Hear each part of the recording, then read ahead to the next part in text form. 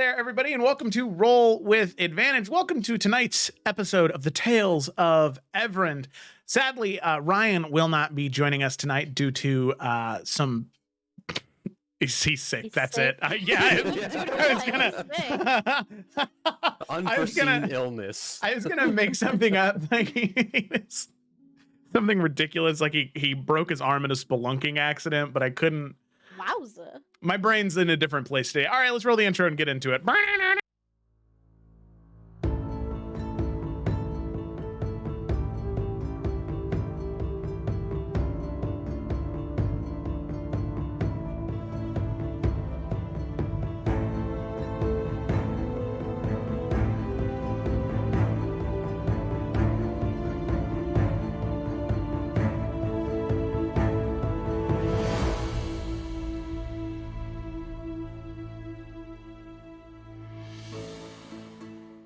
All right, we are back. Not at all. Maybe one day. So with that, let's go ahead and dive in. John, take it away. Yeah, welcome back to the Tales of Evrand. We're just gonna jump right into this. We're gonna go over summary, but I don't do that. No, none of the DMs here do that. Instead, oof. Instead, the players do it. And this week is Joe as Rien. So go ahead, take it away, Joe. Yeah, sure. All right. Can I have some mood music for this, John? Thank you, Nick. I didn't ask you to help, but I'm glad that you stepped up to the plate. I just kind of, whenever there's a gap, I fill in. Thank you. So, last time, according to Rianne. Thank you. Just came in for me. Our adventure has not been without its trials and tribulations. That is true. And I think that the past day has been a perfect example of that. In a mere 24 hours, we lost one of our closest friends and gained him back. When I set out on this journey many, many, many weeks ago, I never thought that we would end up here. I'm still glad that we were able to make it through it. But looking forward, I don't know. Yrsa is shattered, I think is the best way to put it. I now know what she felt like all those years ago when we first met. She's broken. And I hope that I can be the one to help fix her. It's not just Yrsa, though, Basil as well. Seeing one of her closest friends turn to dust in front of her. Who wouldn't that change? She's become cold and quiet. One of my favorite things about Basil was her spark that she would bring into a room, and I'm incredibly saddened to see what's happened to it. Hopefully someday soon it will return to us. I am incredibly appreciative of Gak, though. Throughout everything, even after hearing what happened to Gideon, he stepped up to the plate. He helped me. He stayed calm and collected, and he tried to be a voice of happiness. And even in moments when I felt as though there was no hope, he was right by my side with a smile and with Chip. So while Oberyn may have gotten away, we didn't stop. We needed to keep going, as painful as it was. We searched Oberyn's estate, his temporary residence within the city of Eldon. We found all the information we needed to and presented it to Cornelius. We have a meeting set up with the council in the coming hours, and I hope that it's successful. Hopefully they will see reason. Hopefully this is a good enough call to action for them. So. But sadly, that is not where our journey ends. Even though we have this meeting with the council, we cannot let Oberyn get away and live for another day. I understand everything with Basil's father and Sayori, but I've never embraced vengeance since my world has changed. I'm not angry. Gideon's come back to us with the help of Lady Gemcloak. But Oberyn deserves one thing, and one thing alone, and that's justice. Thank you, Kayla. In the other room, she went, justice! So, although we have so many spinning plates around us right now, the rest of them will take pause. After our meeting with the council, Oberyn,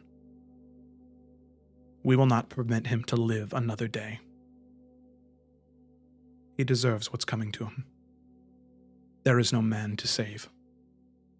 There's only a monster that needs to be slain. And that's it. Thank you, Kayla, again for the. It's really I'm good. here to provide I love having a hype unknown man sound that I can hear that no one else can. Well, I wasn't going to interrupt you, but I was doing snaps. It's very good, very good. Thank you. So, we will jump back into this game. The party finally making it back to Eildon via teleportation from Lady Gemcloak after bringing Gideon back. If I remember correctly, you all got back within the Sapphire Chalice. It is still midday. Everyone should have a point of exhaustion and has taken hit points of damage, right? Or 3 Ye- points of exhaustion if you're. Gideon Ryan. is Gideon is at 3 points. It's I didn't point. take any hit points of damage though. I didn't Same. either. Just Okay, so exhaustion. just 1 point of cool. 1 point of Nice. That's dude. right. Sorry. You're good. It's all good, So- homie. There are a few things on everyone's plate currently. Meeting back up with Cornelius, talking with the council, getting to Oberyn, assassinating Basil's dad, and all of this is to be done within the next 2 days currently.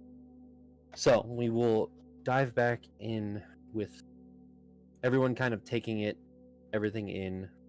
Gideon is back party. Gideon immediately goes into his room. You hear him muttering to himself over and over again about various things, some things that make no sense to any of you whatsoever. Mhm. As you set him straight, he goes and falls asleep immediately. As soon as he hits the bed, he is out. So I will ask you, as you guys are all kind of in the hallway of the Sapphire Chalice, near all of the doors to everyone's room, you guys do whatever you would like. So we come back to the Seekers of Insomnia. Yeah, I think Rian would have helped him down and, gotten him like a cup of water just in case he wakes up at all. That way he can stay hydrated.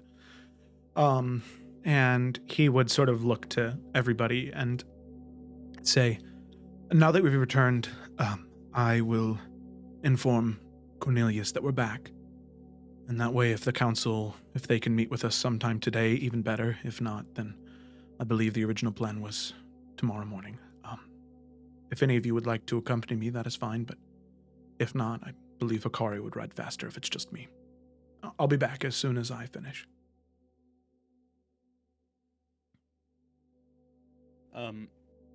Gak kind of looks around and he goes, I can stay here. So I think you're good, Rian. He's staring at Chip on Gak's forehead right now. Okay. And he looks to the other two. Yrsa just stares. Okay. Basil looks up. um, do you need assistance? I mean, I wouldn't be against it. I think it'd be nice to have some company just in case I am ambushed by vampires in the middle of the day. She kind of sits there, obviously like, oh, yeah. So she, you know, Good point. not with that kind of face, you know, the Yeah. bitch face, but she, she, you know, slowly meanders her way over to, Rianne and softly pats Gak on the arm as she passes him.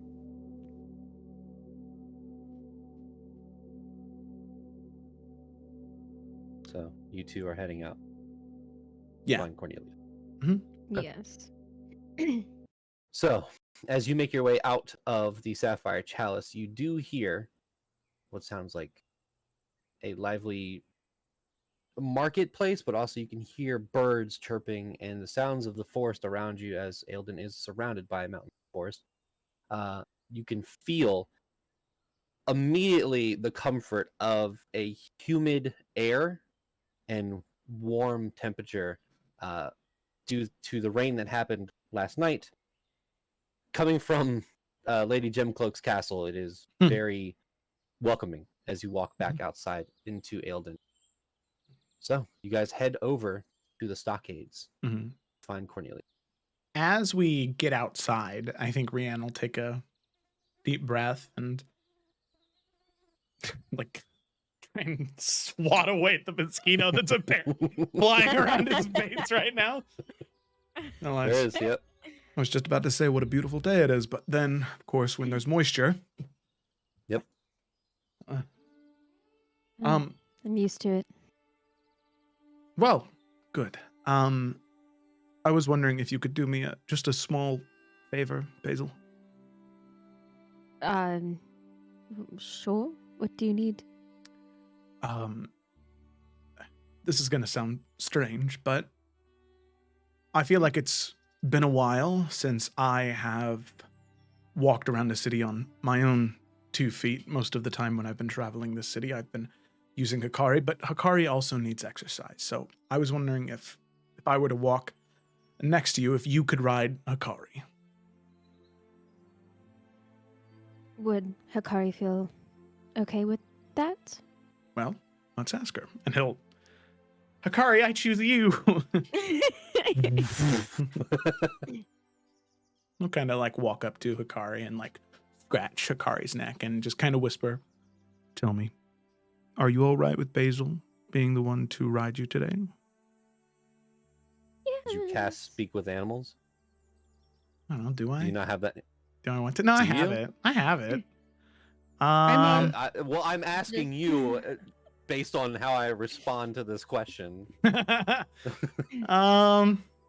it's no, Hikari nods and nuzzles up against you. If it's yes, then obviously Hikari just says, yes, of course. All right. No, he'll cast it. He'll cast it. Okay. That's funny. So do I speak horse to Hikari in that? Because that's the one thing that I've always been with this spell is, what's your I'm speaking you speak common. Okay. Yeah. Okay. And you hear anybody else just hears the horse neighing, but you can hear. Yeah. Okay. All right. The actual words come through. So yeah, he'll say what he said, but he'll cast speak with animals as part of it. I do not. Is this what you want? And he'll kind of look past Hikari to Basil, and he'll kind of like put Hikari so like Basil, like Hikari is blocking Rianne's face from Basil, so you can't see what he says. Okay, and he'll be like, yes, it is, but I was wondering if you could do me just a small favor. Anything. Every once in a while, if you see like a bird or a bug, could you just kind of take off a little bit? Just give her a little start. if that is what you want. Okay. That would be wonderful. Thank you, Hikari. Then kind of nuzzles up to you. All right, then Hikari said it's walks- okay. Walks over to Basil and nudges Basil. Hi, Hikari. Thank you for letting me on your back. You see that Hikari actually gets down like horses do, and like down to your level so you can get on easier. Oh, she like picks up some of her skirts and throws her leg over, straightening them out like a lady. Hikari gets up and starts walking. You hear, hold on, I think I have a sound effect for this. Why not? Got a clip clop? I thought I did. Ah, Foundry just opened for me. Yeah. Hey, all right. Yay!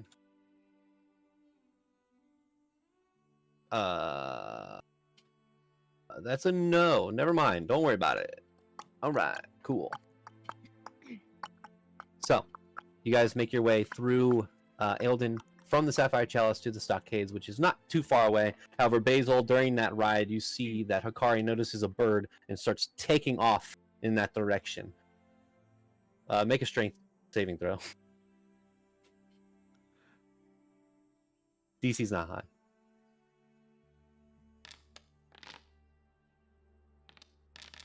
Okay, well, I will say, since Rian was aware of it, Rian was ready for it. So he was ready Yeah. to be there. Basil, the first time that Hikari takes Oh, off, okay. you go backwards. You don't fall off Hikari because Rian's right there to kind of catch you, but you do almost topple off of Hikari as she takes off. Is she still running? No, you're on the back of her. Rian's there to catch you. You just fall backwards, like you were straight up, and now you're like this on her, like on the back. Yeah, So am I your still... feet are what catch you because they're Okay. in the reins. So So, is Hikari currently moving? Hikari moves for a little bit and then stops. Basil like slowly sits back up, and you see her slowly turn until she looks back at Rian. Hikari, what are you doing? You know better than that.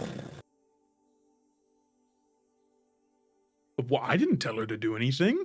Rian, What? I've known Hikari for a while. Another bird. Hikari takes off. Wait, no, Hikari! And they'll run after. As each Well, gallop, Hikari, you've never done this in the past. I will say, once you are about 25 feet away from the stockade, Hikari does stop, and Basil, your hair is all frizzy. Not only from the humidity, but from the wind going through it. You look back at Rian, and Now, Ooh. not only am I in a bad mood, but I'm ugly. Well, okay, I was not expecting Hikari to do that so often. You're not ugly, for one. Oh. And I was hoping that it would help a little bit. It was fun, right? you hear one of the guards that is at the front of the stockades go, "Do you need medical assistance?" No, I don't need. I'm not that old.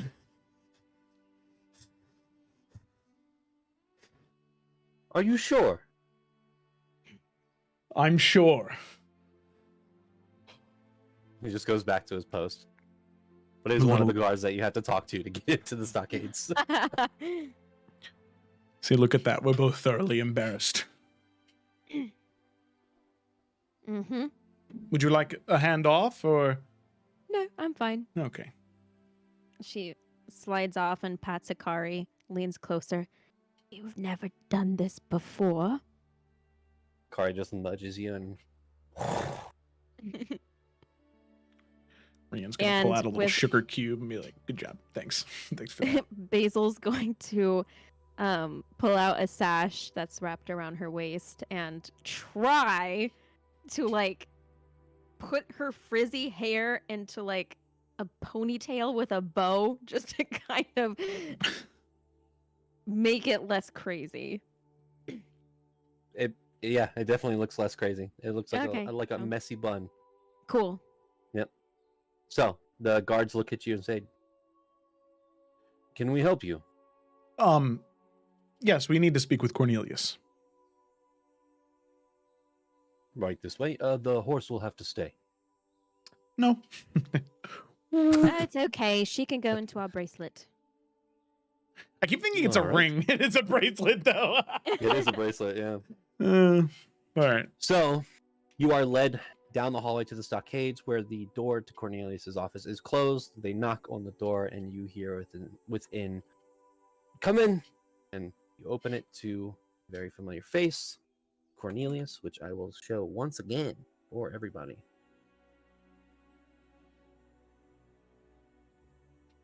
As he looks to all of you and says, "Good afternoon. You are back much sooner than I thought you would be." Yes, and well, good news. Our friend was able to be returned to us. So That is good news. it's a good day, and we're hoping to make it even better. If the council is available to meet this evening, we'll make the time to meet with them. Or if we need to keep to the original plan of tomorrow, that's fine too. I wanted to come and let you know. No, I should be able to. It's only early midday, so it shouldn't be too busy. Give me a couple of minutes. Of course. If you wouldn't mind stepping outside, I'll let you know when to come back in. Of course. So you two step outside. You do hear murmuring and mutters on the other side of the door. Eventually, the muttering comes to a stop. He opens the door and says, "Well, good news. They will see us. Bad news. They will see us now." Oh. He'll look to Basil. I might be remembering incorrectly, but can you do the magical message? Yes. Could you message the other two, or one of the other two, and let them know to meet us wherever we're meeting?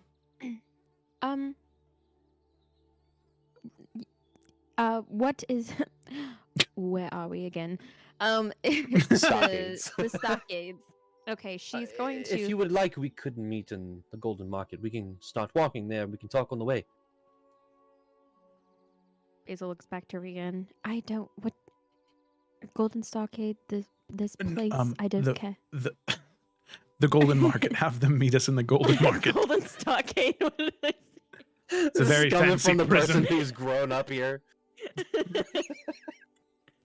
We'll meet under the clock tower. It's the easiest place to find. Okay. So Basil's going to cast sending to Gak. She doesn't think Girly Yursa wants to hear from someone right now. Wait. I don't think I have sending prepared. We'll just say you do. Okay. It's fine. Okay, cool. Change your plans. So- All right. Gak, it's Basil. Meet Rian and me under the clock tower. Can I use ASAP as one word? Sure. ASAP. And please bring Yursa. Bye. Hi, Basil. It's Gak. Okay. Is that it? Yep. Amazing. All right. So, Gak, do you want to? Is there anything you two want to talk about before you start heading over to the gold market, Gak and Yursa? I mean, I would say Yursa probably would have just sat outside of Gideon's store for a long time. Not really moving or talking to anybody. She's not gonna go out of her way right now. Gak probably would have gone up to Yursa at one point. He was gonna say, "Hey, Yursa. I was thinking about going on one of my famous walks through the forest. The thing that I do all the time. And I was wondering if you wanted to go with me." You can see she kind of she has her hands folded in her lap, and these vines are just kind of swirling around them. probably should not go anywhere by yourself right now.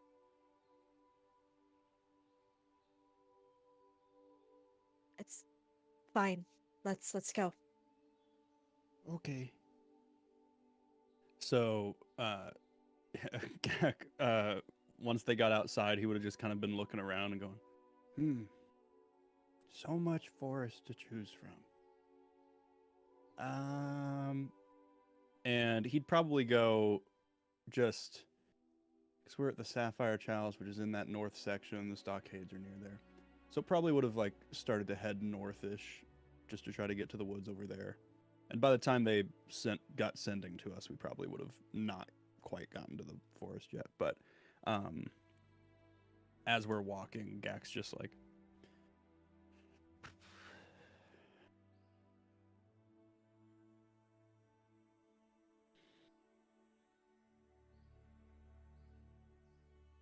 Jack, I can hear you thinking. yeah? What does Yes. it sound like? It sounds like hesitation, Gak.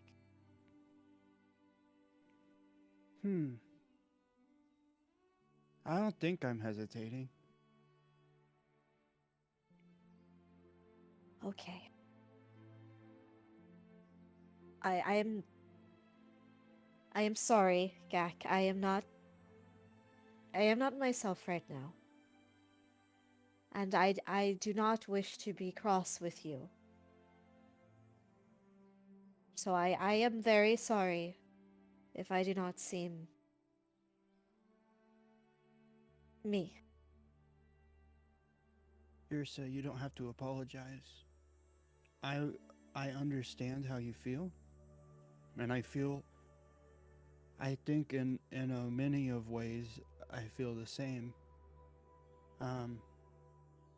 I've been learning to try and talk less.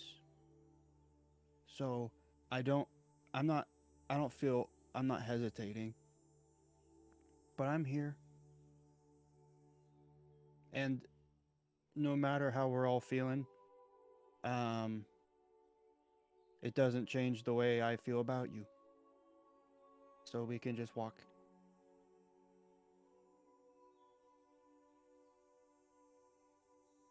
You can see she opens her mouth to say something, but she just nods and keeps walking.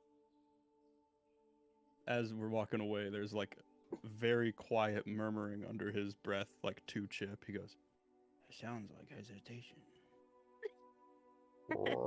It's about this time you get the sending.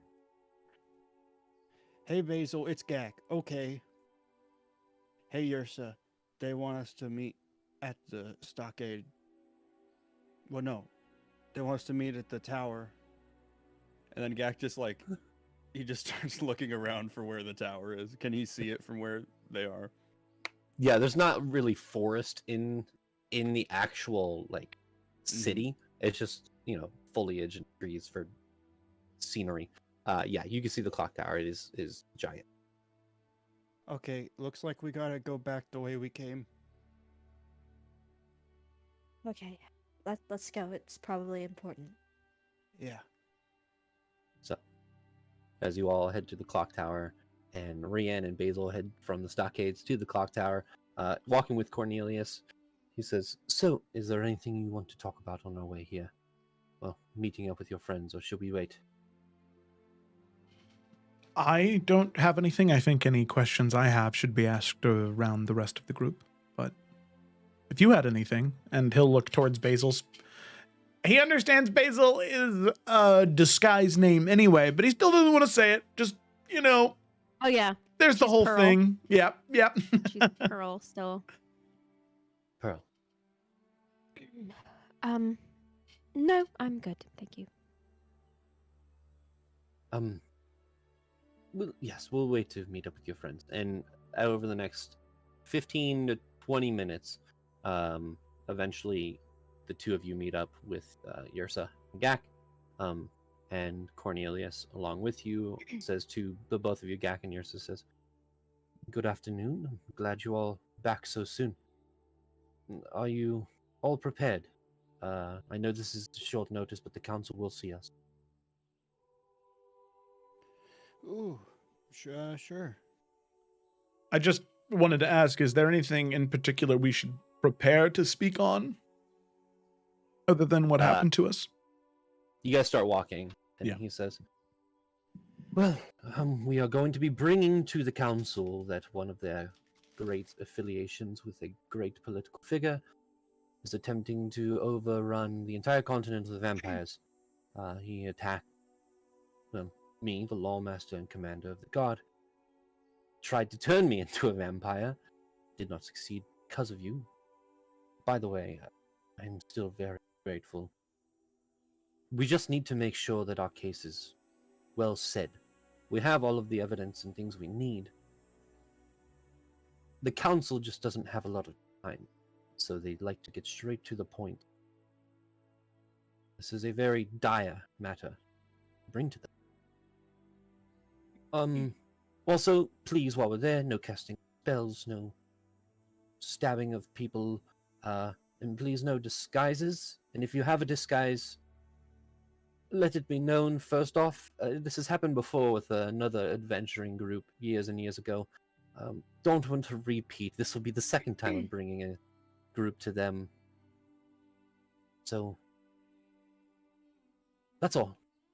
Any questions? If someone were to say that they had a disguise, would they have to drop the disguise? Or is stating that you have one fine?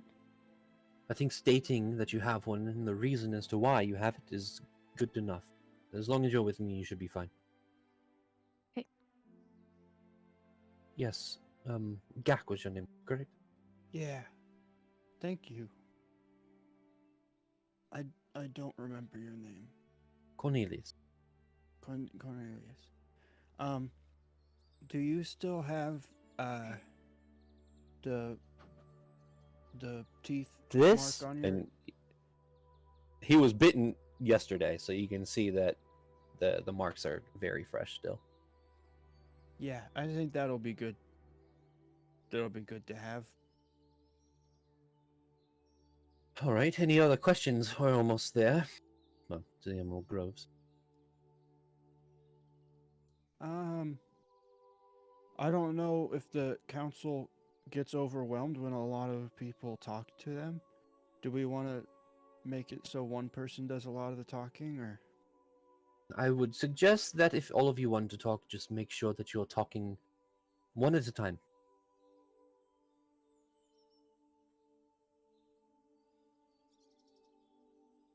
And Sounds good. At this point, you do get through the tunnel to the section of the Emerald Groves. Because you are with Cornelius, you are let in immediately. As you walk through the Emerald Groves, you can see plumes of smoke that are dying down in the distance. The guards around this area are not as sparse as they were the night previous. As you come up to the tunnel, you can actually see very far off in the distance the abode of over in Blackmore. You can see the broken glass, and as you pass through there, you eventually get to this hill that leads past a gate up to the Emerald Castle. Is there anything you guys would like to prepare or do before you enter into the castle itself? Gak will probably say something to the group and also Cornelius. Mhm. And he'll just say, this is something we all already know, but I just wanted to remind you guys, Oberon is most likely watching and listening to us right now, so he knows what we're doing, and he's going to be mad. That's expected. Just wanted to let you all know. Once we walk into the castle, he will not be able to scry on everyone. I will talk to some contacts that I have. I might be able to get us some items, specifically you all, to stop that from happening. That would be really cool. We'll just have to see how this meeting goes. And at that point, you can see the Golden Company guards that are all over the area look towards the group. Cornelius talks to them. Yeah, go ahead. Yeah. Yeah, not as Gak. That was me raising my hand this time. Mhm. Gak would have placed an alarm around Gideon's door. Okay. So I Good- just wanted good to to bring know. that up in case there was a reason that you would need to alert me. So, the large double doors open, and you are led through a hallway that eventually leads to another large set of double doors. The doors open, and you see inside a large throne room. You see blackened marble floors with a large, very long carpet that leads and all the way to these steps up to the throne itself. There is blues, golds, and greens throughout the entirety of the throne room. You can see that there's a second story, columns that lead up to the ceiling. There is foliage that is kind of draping down off of the sides. A large glass stained window in the back behind this throne. You can also tell that this throne room is built outside of the castle in a way.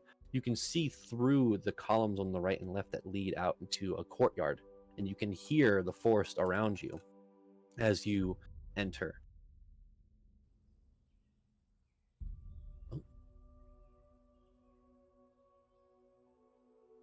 Near the throne room, on either side, are these large statues of elven figures that have wings, and you can see sitting next to the main throne, there are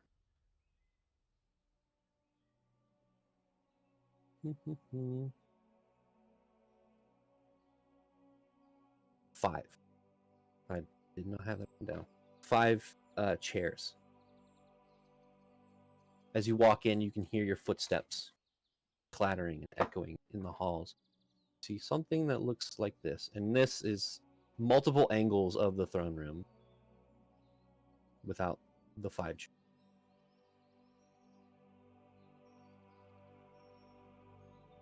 Very pretty. I'm still waiting for it to load. Mine just loaded. Cornelius does, in front of you all, say, I didn't actually ask, have you ever been in front of royalty? In a way. All right. We've well, been in front of Oberon. He is definitely Does not not count. royal. He's an asshole at most. Are there formalities? Please we watch need your to- language. Are there formalities that we need to follow? When the queen is announced, bow. Head down when the others are. It's the council member. Speak when spoken to. Speak directly.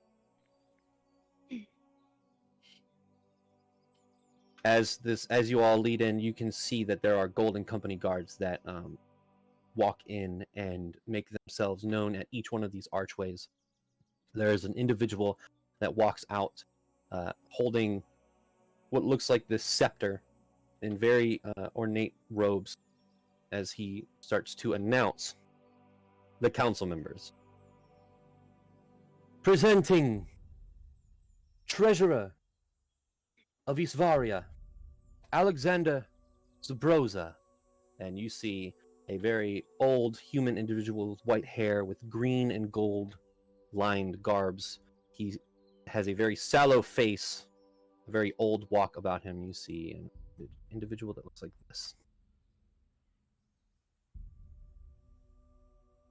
Trademaster of Isvaria, Alanis Jokas. And you see a blue-skinned Genasi woman with dark blue hair in these royal navy robes and jacket, two swords to her side, as you see what it looks like this. Grand Marshal of Isvaria, Garin Tigerhawk. And you see an individual adorned in massive armor. Doesn't look very useful for battle, but very ornate. As he, on one side of the pauldron is a tiger's face, and the other side is a hawk. Very on the nose, an older gentleman. You see an individual that looks like this.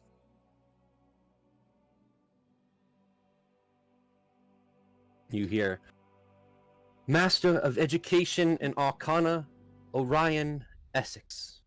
And you see a very familiar individual, dark black hair that goes down past red and gold robes, a very gaunt, sallow face with very pale white skin and dark eyes. You see Orion Essex.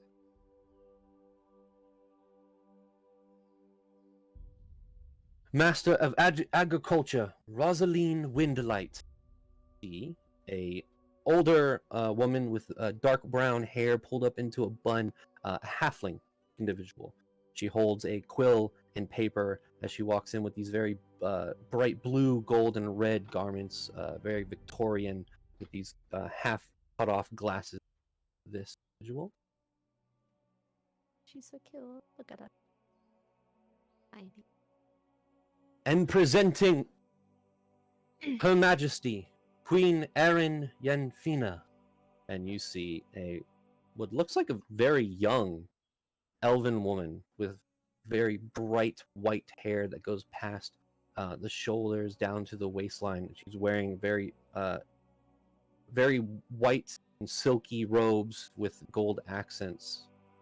See this individual as you all bow as she enters.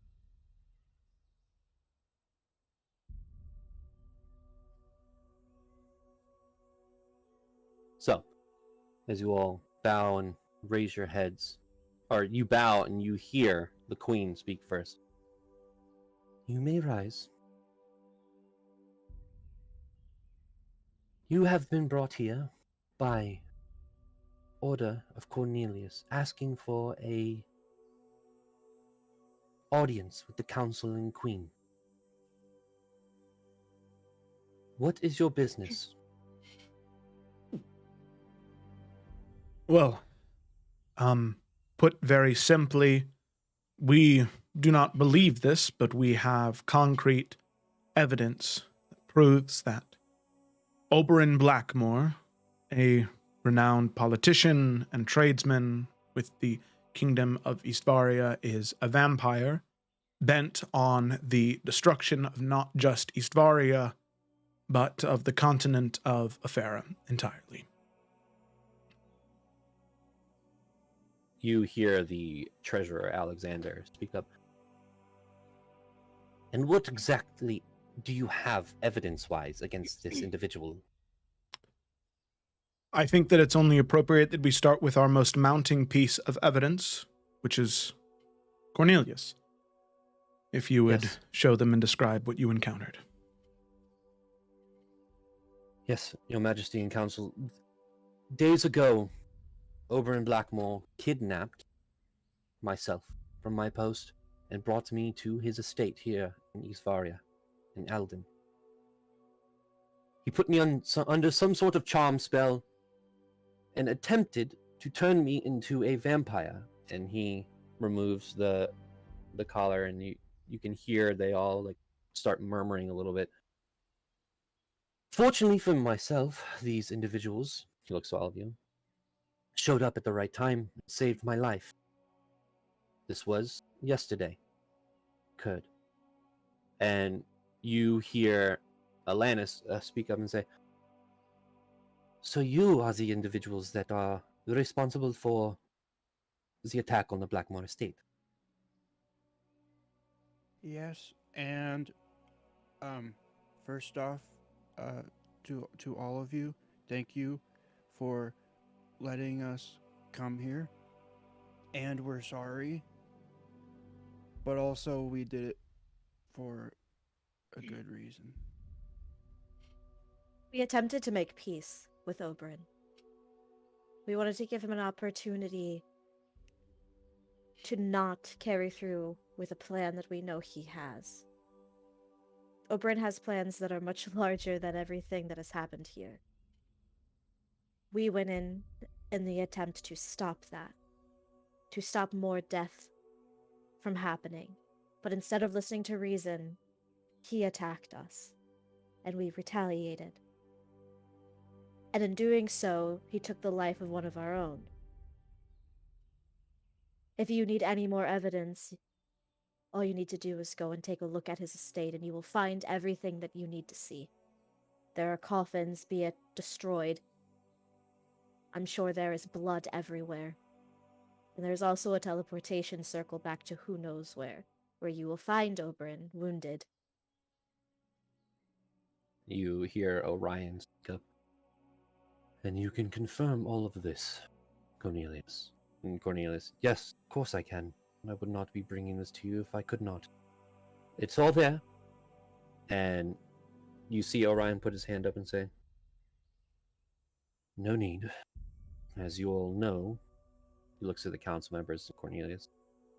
This throne room has very strong magic to tell the truth. Obviously, we can tell you all. Yes. Gak probably would have put it up slower than that to not try to interrupt him, but if he still stops and says, yes. I'm sorry, you can finish. I just had something to say after you were done. No, I am done. I wanted to say something also to prove that we are being honest and truthful with you guys.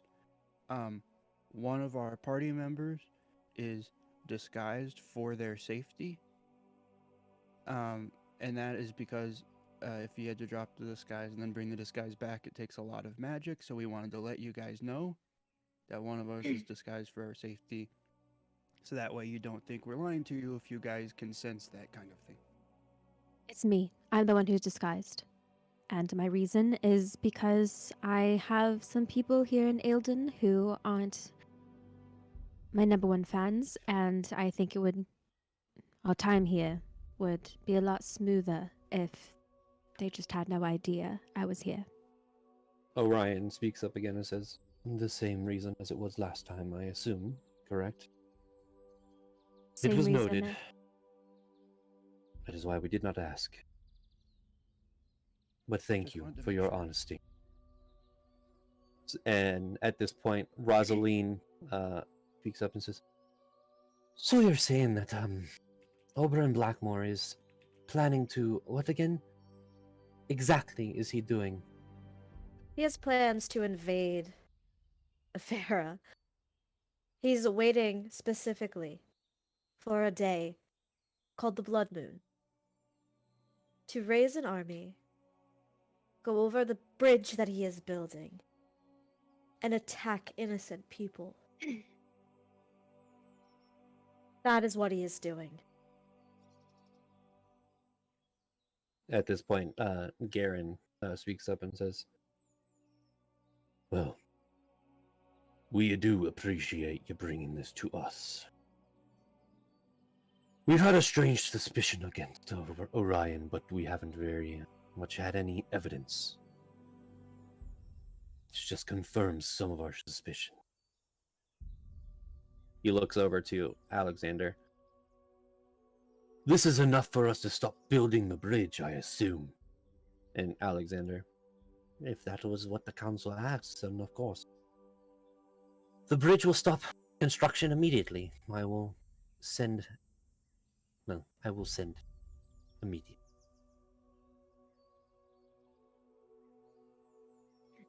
Garen then speaks up once again. So, he plans to invade all of Ephira. Looks as though he was trying to use Cornelius against us. Yes, he was trying to make me a pawn.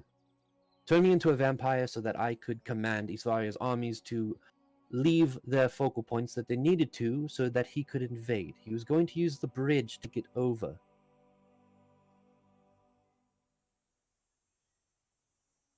You can And- see that they're... Go ahead. And he's not just coming alone with his family. On the island that his castle's on is the town of Limgrove. And his plan is that on the day of the Blood Moon, he's going to turn the entire town into vampires, and then they're all going to come over like a army. And we know this because we stopped his kids from doing something similar when we were in well Wilbrook. Robrook. Alanis speaks up and says, "They are connected. That is not good. We heard rumors of Robrook, but we did not know that they were connected to each other. It was us, yes. It seems that you are quite on top of this vampire thing, specifically with the Blackmores." Knowledge-wise, maybe. This is a little bit more out of our hands comparatively. His children were strong, but they succumbed pretty easily. However, Oberyn, he has a vengeance about him that I think it's very possible that it will cause a lot of bloodshed. And that is why we wanted to bring it to your attention, because I don't think this is going to be an easy thing to fix. And I'd hate to see innocent people suffer for something that might have been able to be prevented. Garen speaks up and says, "You said that you attacked him and he was wounded and fled. Was that correct?" Yes, he no longer has a left arm. And mentally, I think he's just equally as wounded. And Orion speaks up and says, "And you said that he has a teleportation circle in his estate." Yes, in the coffin room. Yeah, Cough. and Gak pulls out his book. He goes, I jotted down what it looks like, all the symbols. So you can take this and look at it if you want to." He places his hand out and you see him gesture and the book levitates out of your hand towards his, grabs it and looks at it.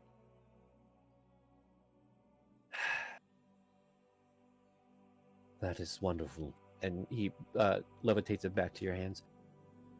"If this is the exact rune that you have written down from his estate, he's been working on this for quite a while. Teleportation circles are, well, they take years to create."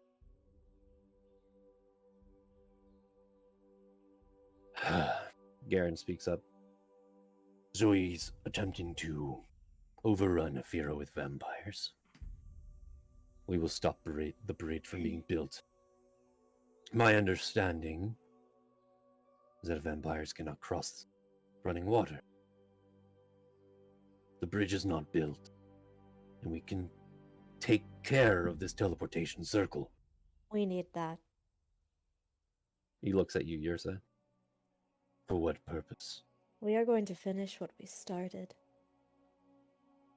Once our friend has recovered, once we have recovered ourselves, we have allies. And if you are willing to spare more, I'm sure you will go into that house and you will see the destruction that he has caused, and you know what he is capable of now. If we allow him the time to recover, it will be worse. He will find a way around his silly bridge. We don't have time to wait. Rosaline speaks up. "And what exactly are your suggestions? What exactly do you want us to do? We understand the situation and the severity of it. What's the plan?" I think that what we'd want from all of you is the support you can provide in this matter, cutting him off politically, economically, until we can deal with the physical solution, which is making sure that Oberyn Blackmore isn't able to do anything like this ever again. If he wouldn't have been able to run away, the last time he wouldn't have gotten away, and it would have ended there. So I feel confident in saying that we can handle dealing with him. It's just his political connections that we don't have the strength to sever. Forgive me. I am far from what I am. What Rian speaks is the truth. We simply need the support from the political end of this. I don't mean to be disrespectful, but this is very important to us. The queen speaks up and says, "This is a very severe matter, and we are taking it the way it should be. We do appreciate you bringing this to us. It seems that you have already put your bodies on the line, your lives, for more than half of this continent. We appreciate everything you've done up until this point, and we can take care of the political.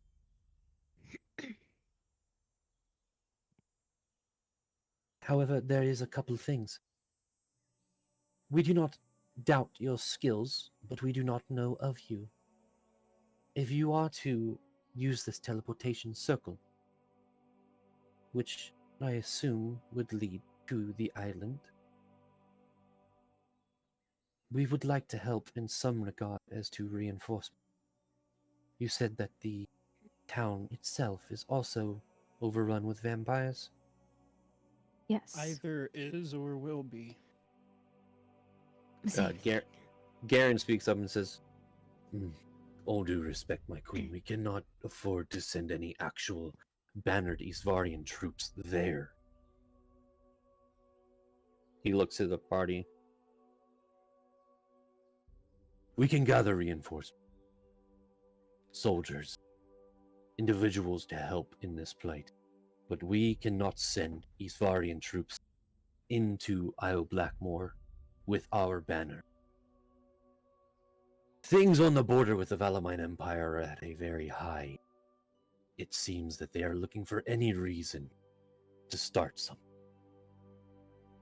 We don't know why, but if we send bannered troops to Isle Blackmore, that'll let Valamine know that we are prepared to fight, which we cannot do. However, we have connection. If you say that the town is overrun with vampires, it's not just Oberon that we're worrying about here.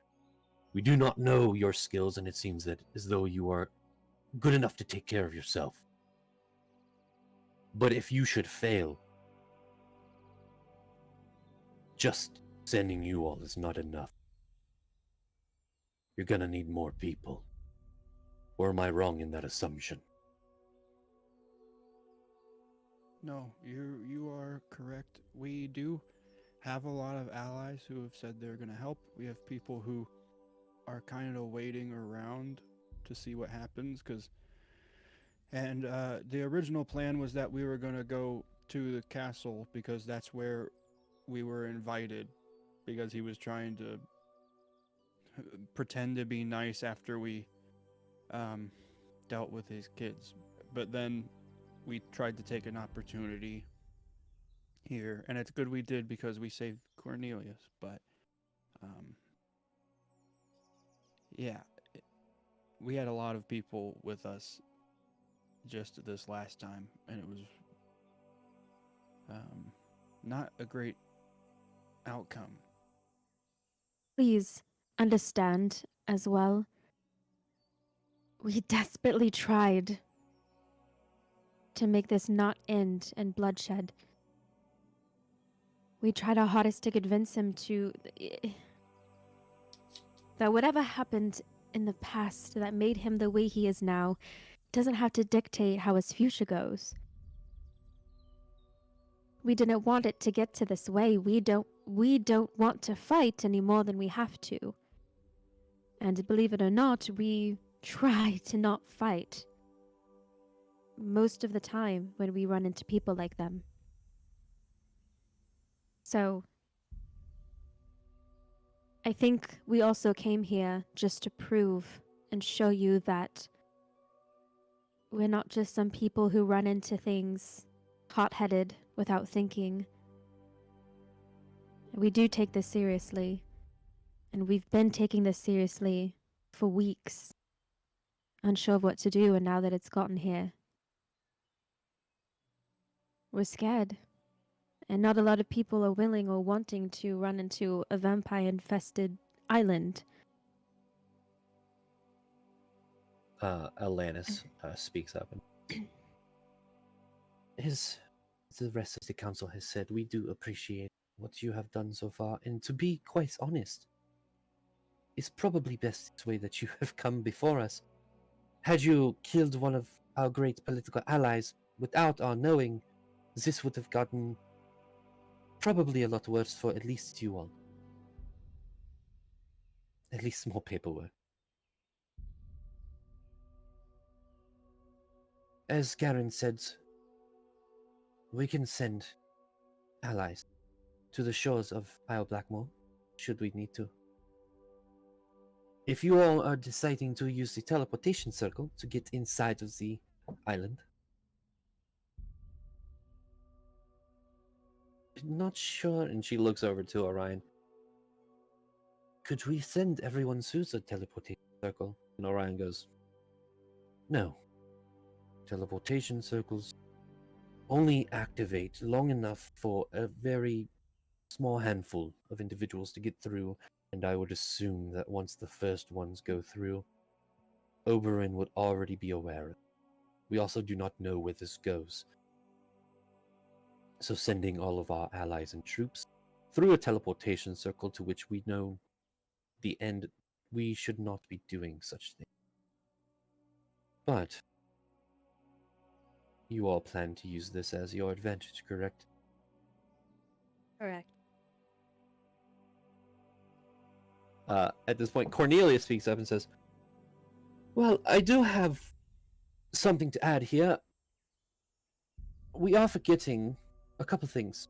One, you had mentioned not many people wanting to run into a vampire-infested island. Well, I know one space that would be more than willing to. The Guild. I'm sure individuals at the Seven Swords would be more than willing to get their weapons and go kill vampires. I mean, they do for a living. Kill creatures and monsters. Garen And says, you oh, go ahead. and you think that a whole guild would be totally fine with potentially going either being turned into a vampire or dying? No, I don't think all of them would like to do that, but I think there are a select few that would. Garen then says, the guild is not a bad idea. Maybe you all can actually head over there and talk to Cornelius. You did create the thing, so maybe you should go with them. On top of the guild, we do have some allies. I could send word to Captain Frostworn, captain of the guard in Tredina. She has soldiers that can fly under no banner and sail to the island. As well as there are some soldiers, if I can reach out to King Stormfall. He has individuals that could also board one of the ships and make its way to the island. The island is only about a day's sail away. So we could mount forces from the docks, from the ground, upwards to the castle. I'm assuming that teleportation circle is probably where Oberyn calls his home.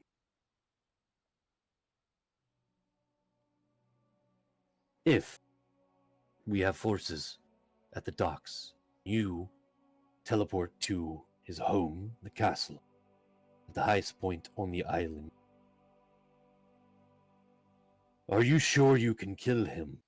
Yes. Yes. And that is The- all I need to hear. Then it's settled. They'll send word, and in a day's time, we will have unbannered soldiers in the city of Limgrove, attacking from the water, while your lot, and any others that travel with you, see it that Oberyn is killed, while the others are distracted. Does that make sense? Yes. Yes. Um.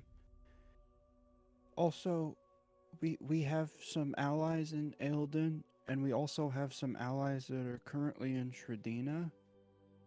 If they can't get to us, can we have them go with the people you are sending?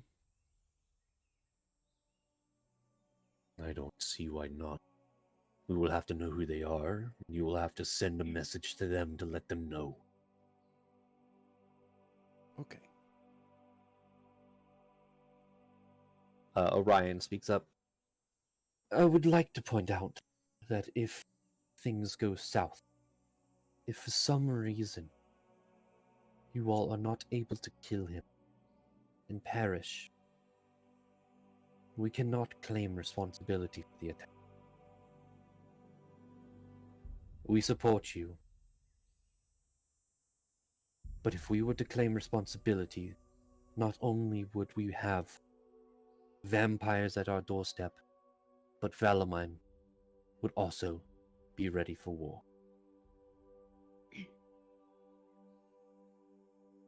We understand all of the politics that go into this. And maybe that's why it's the best reason for us to be the ones to go in. The queen speaks up. Go ahead. But we do support, we do appreciate your support from what you can on your side. Queen speaks up and says, "This is a task that most no one would take. It takes great courage and bravery, goodness, to do something like that. The knowledge that it could not even be written down in. If there's anything you need in your preparation, let us know. We will try our best to prepare you as is possible." Thank you. On behalf of all of the people of Ytvaria, we are behind you in this. We appreciate what you are about to do. We do not take this lightly.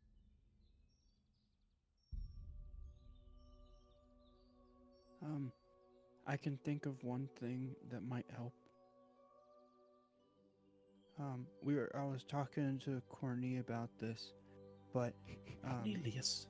we have people. Who, Gak just blows through it. We have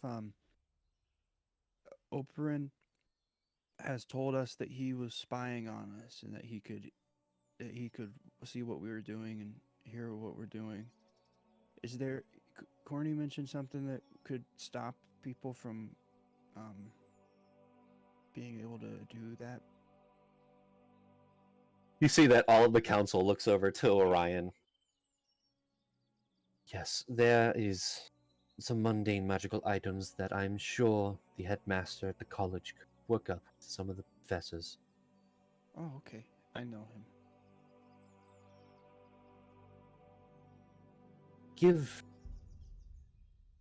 Make your way over to the college tomorrow morning. They should be ready for you all. Thank you. And the queen says once more, "Now, is there anything else you all need from us? We will start sending our various messages to those and start preparing."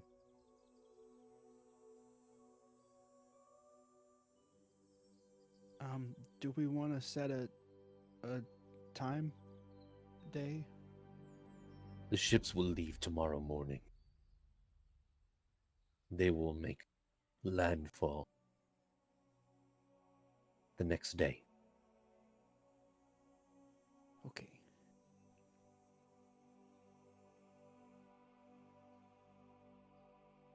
Friend is still recovering. If you have any way to help his recovery or speed it up. Basil and I, we have healing magic amongst us, but I'm afraid what happened to Gideon was far out of our control. We were able to bring him back, but he is quite weak. Perhaps you have a way to ail him. And it's a lot more than just the physical aspect, too. Of course, we're all friends, but having that happen to you, it takes a toll, and it's not something we can relate with him. So I don't know if there's any of you know, who's had something even slightly close to what he went through that could maybe help him. You hear Orion speak up again and say, "There are many temples within King's Cross of the various gods, very high powerful cleric. However, there's one specifically at the Platinum Sanctuary, dragonborn by the name of Kohal Dalkel. Right, what? I will type it. Out of all of the clerics, he is most powerful. Speak to him. He might be able to help."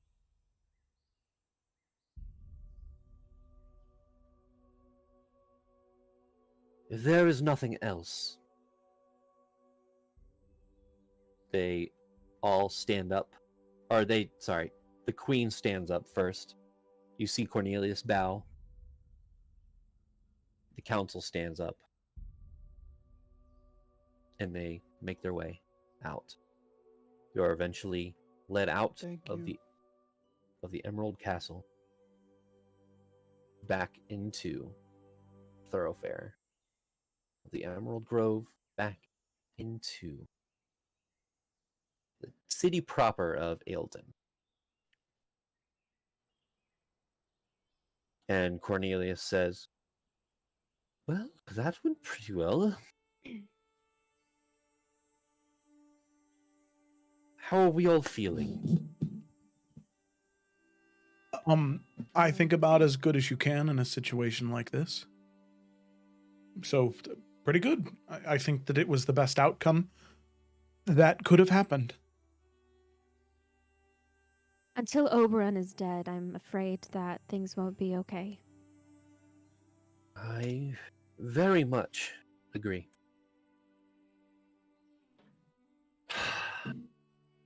Well, I will say, I did say I was going to go with you to the guild. However, I have a lot of things to get in order. If you wouldn't mind going without me. There is the guild master, if you would like to speak to him. Goes by And- the name of Strix. Very And well. where is this guild again? It is actually quite close to the stockades. Just keep going to the west and you'll see a large longhouse of a building. You'll see a wooden sign with 7 swords that surround it. That is the guild. Also, Gak like kind of gets close and starts to whisper, "What kind of guild is this?" An adventurer's guild. Okay, good. Just think of it as people who are trying to do the same thing you are, but just are not as good. Gotcha. Sounds like people I want on my side. We don't get a house. We could. We have money. Well, you know what they say, Basil. Home is where the heart is. So, our house is right here. There you go. We have 5 small houses. Yep. Each I'll be No, quite honest with Gag, you. we've if got you all, 5 big houses. Got Right. big Thank you for your hearts. time. I will say if you all come back alive, I will definitely talk and try to get you a house should you want it. To be fair, I do not want to live here, so thank you so much. You see, just Cornelius' face just go from happy to, damn, okay. Um, just me. Cornelius, Everybody no, else. we really it's- appreciate it. Well, prepare, please. I'm hoping that some of the guild members go on this adventure, but can't be certain. You said you did have allies that are also going as well, correct? Yeah. Good. Well, again, to the guild, talk to Strix. I hope at least one of them joins us. At least one.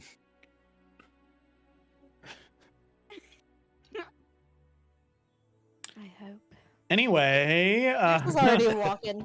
All right, bye, She's Corny. headed. So, as you head, so you all be here. The guild is up in this area. New portion, so I didn't actually create it in the map, but it's okay. You didn't send everyone over to the map, so you went over and everyone's still on the map of, or like on the picture of Aelden. What? Or maybe that's just me. I think I you guys went are just over. clicking on it. Oh I wait, went no. over. Never mind. I'm dumb. Yeah. No, you're not. So, I think as we move towards the guild, as you have a couple places that you all need to go to before heading out tomorrow morning, or whenever you guys are heading out to go kill Oberyn. Head to Ooh. the college to pick up your items, to stop scrying. Head to the Temple of Bahamut, the Platinum Sanctuary, to talk with the cleric there to hopefully help Gideon, and head to the guild. So as you guys head to the guild, I think we'll take a quick break, restroom break, come back, and Nice. continue on. sounds good.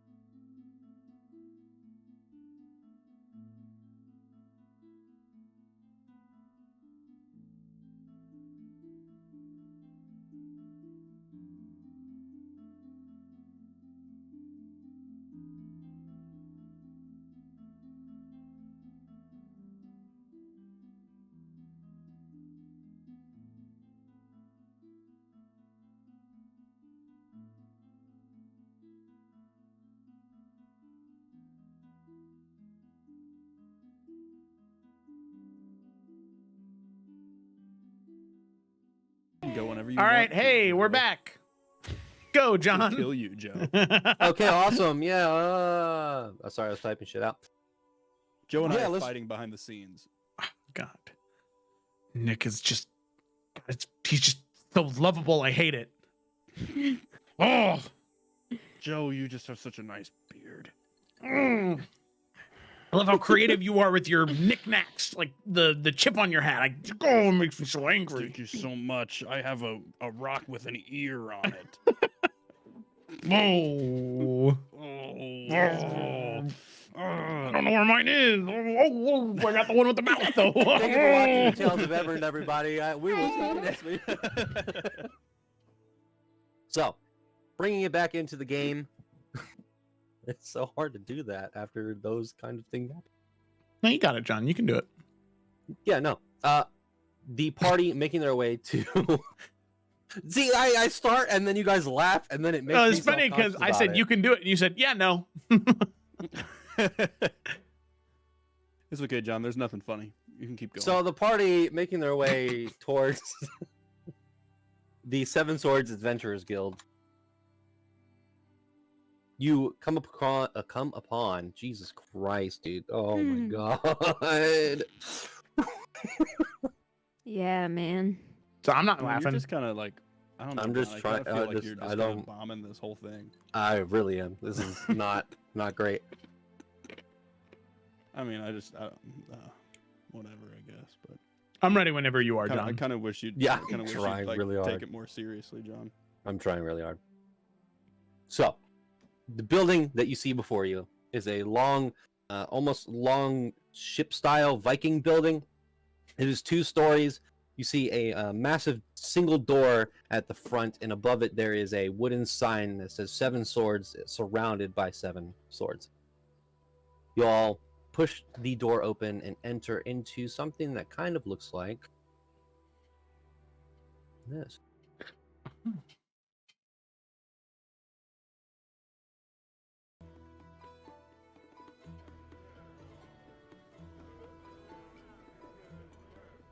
Walking in, you are immediately hit with the smell of ale, fresh meat, and the sound of a plethora of individuals either arm wrestling, slamming things across the tables. You hear metal clinking to each other.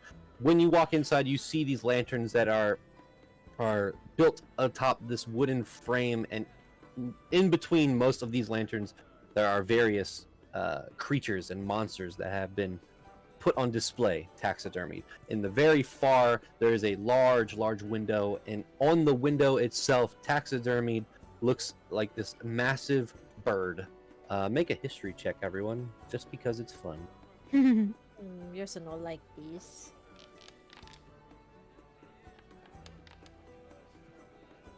This is Ooh. straight. These are not very 21. smart. Sorry. 21. Yes. This massive bird that is on display looks like not a fully grown, but a young adult rock. Oh. Yeah, for those Okay, that well, don't know, they're kinda a jerks, giant so- bird. So, Yeah, You the all look bird, around. not the stone. yeah, exactly. It transfers wave the rock. campaigns. It's so. Sorry. Welcome to the Seven Swords Adventurers Guild. You all walk around and... Well, I would ask the party, how are you going to find Strix? What are you guys doing as you walk around? Hey, you. Yeah, at the table. As you point to an individual who turns around and you see a large furred bugbear. He turns around and says, "Can I help you?" Yes, hopefully. We're looking for Strix, the guildmaster. All right. And he goes back to his drink. Hey, wait, no. As Zovak turns Rian down, you guys hear some footsteps coming up from behind you, and she'll say, "You need to see Strix." And then as you turn around, you'll see a moon elf with long blue hair, She's got the typical like moon elf markings on her eyes, very pale. She's wearing roguelike armor. It's studded leather. She has one long glove going up her right arm, covering the whole thing. And on her left hand, she has a very detailed tattoo. It's just kind of a design, not of anything in particular. No design that anyone would notice. She has very fair blue eyes, but is carrying no weapons on her at all. So she'll just say, "What do you need to see Strix for?" That's personal business, I'm afraid. We were sent Well, by that the could- council. Personally, be my business here, real quick. Well, if you could direct us in his way, we would appreciate it. We were sent by Cornelius. Cornelius. Okay. Sure. Yeah, right this way, and she'll start to lead you guys towards Strix's office. Okay. So Strix's office is in the very, very back of the guild hall. As you pass from table to table, you come to a very dark wooden door with metal restraints across it. It does not have a lock. It just has one of those knocking. I don't know what they're called. Knockers? You know what I'm talking about? Knockers. Sure. What knockers? I mean, Umbra, she will just, I think what she probably normally does is like she'll use the knocker and then say, "Hey, it's Umbra." What is it this time? You have some guests. I don't know who they are. They don't want to talk to me. I'll be right there. And you guys stand here for about 15 minutes. As eventually, opening the door, you see in front of you a very tall, lanky, humanoid creature. However, where you expect a human elven face, you are met with feathers in the face of an owl. These very large, beady black eyes and large, folded wings behind him. You see this individual.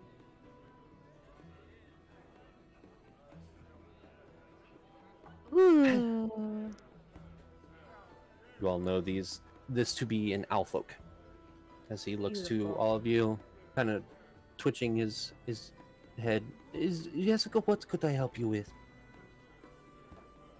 We were sent by Cornelius and, to that extension, the council. There's rather important business that needs to be handled relatively quickly, if you have the time. I have nothing but time. Please, come in. He looks past everybody and looks towards Umbra. Do you also want... are you with them? Or are you just bringing them to me? No, she's not with us. I mean, I'll join you. Sure, why not? I like to know everyone's business. Okay. You all are brought into this room, and you hear the sounds of everything in the distance kind of die down as Strix just looks at you and says, "Yes, so what exactly do you need my help with? You said you were with Cornelius, or told... What exactly do you need my help?" Is this a safe place to talk? It's a very I mean, I should probably be asking all of you. You have weapons, and I am just, well, myself. Can people scry in this room? Oh, yes. Do you know of a place around here where people can't? Not inside of the guild halls, no. Well, then, generally speaking, we were sent by the council and by the queen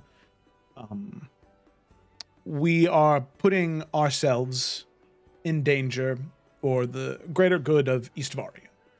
And we were wondering, per the council, the Queen's, and Cornelius's request, if there was anyone who would be willing to partake in such an adventure that is incredibly dangerous and could very well result in Death.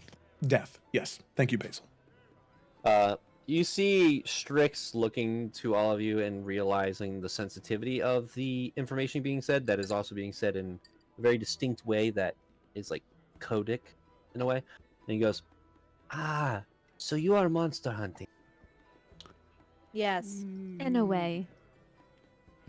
How many do you need?" As many who's willing to come. What Well, price are you offering?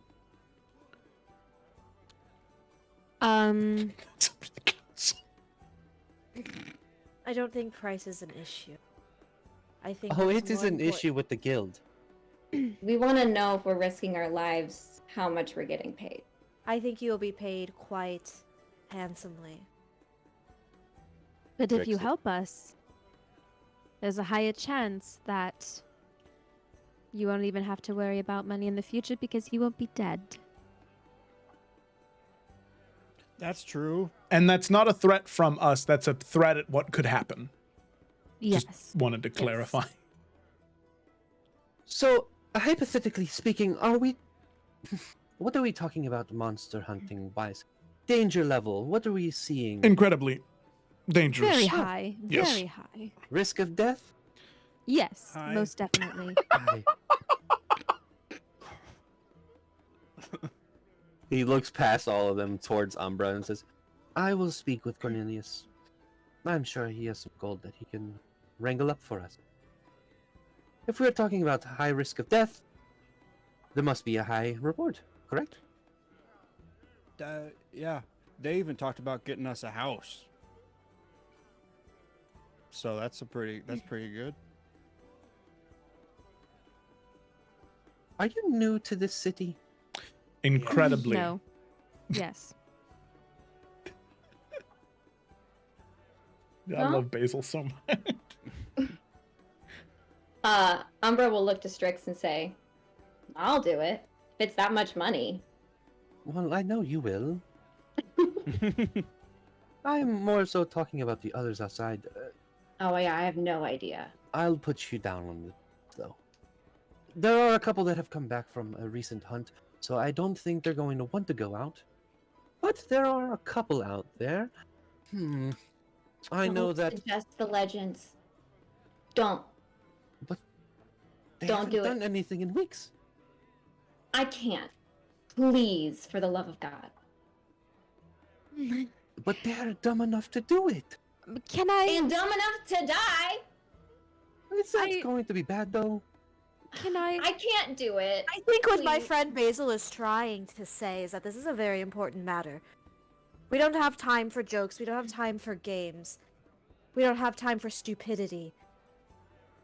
We need And to people be- who understand what they are doing and understanding that we are risking our lives. Basil, please, I apologize. Continue. No, you're absolutely fine and correct. What Yos and I are meaning is, one, we don't want to be responsible for the lives of people who think that it's going to be something that they can just do, because we've seen firsthand people who are plenty ready for a job still end up dead. One of our own. And we don't want that to happen to anybody who's the slightest bit concerned, the slightest bit unsure. You have to be 100%, or else you may as well not come. Because we don't have time to worry about other people with this kind of job that we're going to do. What is the time frame? Tomorrow. Yeah. Oh, Or the day after also. Aim for tomorrow. well, are you sure you don't want me to talk to the legends? Well, if... What? Go on. Oh, I was just gonna ask what that means and who they are and why not. They're a group of imbeciles that think they're an adventuring group, and they really don't do much good. They kind of suck, but they're part of the guild. Then I'm gonna say no on them. Yeah, I'll agree with Blue Eyes over there. She thinks that we don't need them. We probably don't need them. We don't. I'd like people that rock. You're Well, right, Gak. There is Torelli. There is Grandma Grandma would be good. and Zovac. I'll talk to them. They could probably go with you. They actually know what they're doing. So, I know that we're not supposed to judge a book by the first page, but is Grandma a code name? Well, she is the oldest of the guild. We call her Grandma. Her name is Gertrude. She's really skillful, despite the nickname. I would just feel really bad if a grandma died. Well, she doesn't have much life left in her anyways. Oh, Okay. so she has nothing to lose. Perfect. We need someone like that. She is very good at healing. We need that too. And you can see Basil's face just hardens. I will... You said by tomorrow morning. What exact time do you need these people ready by? Also, where are they going? Far I'm away trying to- from here. Yeah, because we're still trying to be Cody. Yeah, and also out of character. The ships are leaving tomorrow morning, but they're arriving the next day. Correct. They will arrive the morning of the 17th. Yeah, so we don't want to go tomorrow, because then we'll be Oh. alone with no backup. Gotcha. Never mind. Pretend I said the other thing.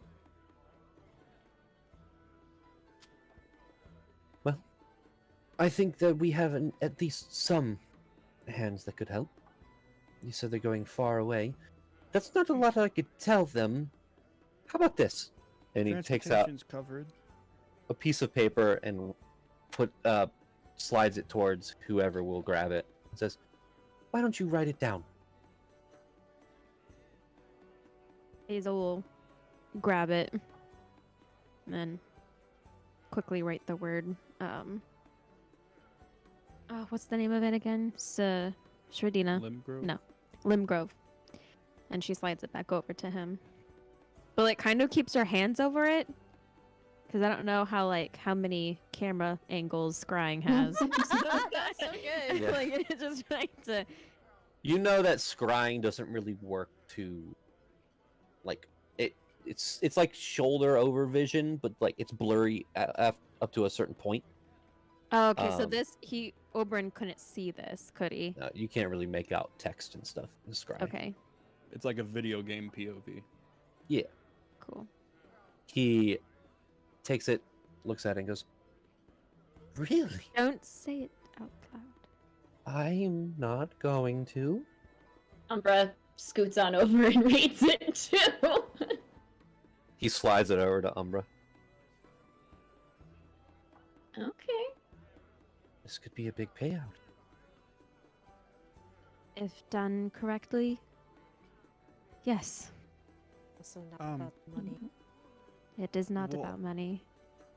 We'll also say that if things go wrong, there might be no payout, even if you make it out. Because if things go wrong, the council said that they're not involved.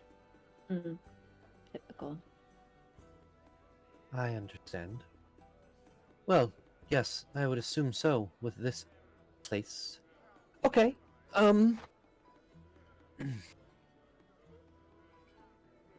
Tomorrow. Oh no, you told it's not tomorrow morning. The morning Yeah. after. The morning after. Well, is there anything else you need from me? Then it would be good if you could talk to the individuals. That's fine. He looks to Umbra. You should probably go with them, talking to them. They're probably not going to want to listen to non-guild members. No problem. Well, anything else? No. Gak leans in and starts to whisper. So, are you guys different from the Thieves Guild? Yes, this is not the Thieves Guild. We are legal. Gotcha. Gak winks. Umbra will look back. Strix does not wink. Because he's an owl. An owl. Turns his head 3 Yeah. degrees. Aw. Just, I love him. well, if you need to talk to me again, just knock on my door. Thank you. Thank you. All right, who do we want to meet first? Actually, Umbra, before you leave, quick word. Right. So, as you all make your way out, Strix kind of leans and says, well, one, I need you to take this to Cornelius. This is asking for the amount of gold we're going to need for this. Yes. Also, follow them. I Unless already had that they in let you mind. just follow unless they let you follow with them. Which, I that's guess good. could happen. They don't seem very welcoming, though. Most new people don't. Right. And I can be a bit abrasive, so A little. You did realize where they are going, right? yeah.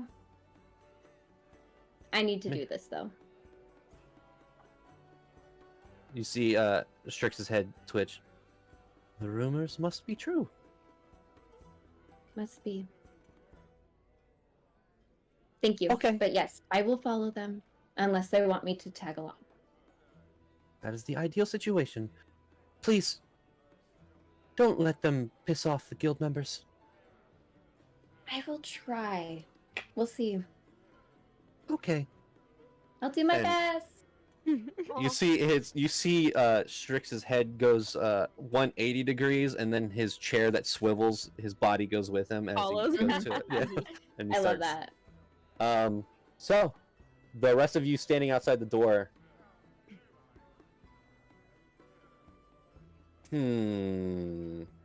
Make a perception check. That's not Umbra. Ugh. There's my dice.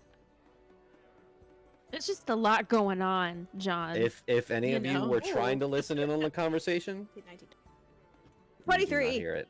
Oh shit. I wasn't Sorry, I was trying. counting Maybe on I my was being fingies. passive. I mean, I would say yours is not listening. Okay. All right. So the door opens. Out comes Umbra. All right. Who do you want to meet first? I have my favorites, but does Granny pique your interest?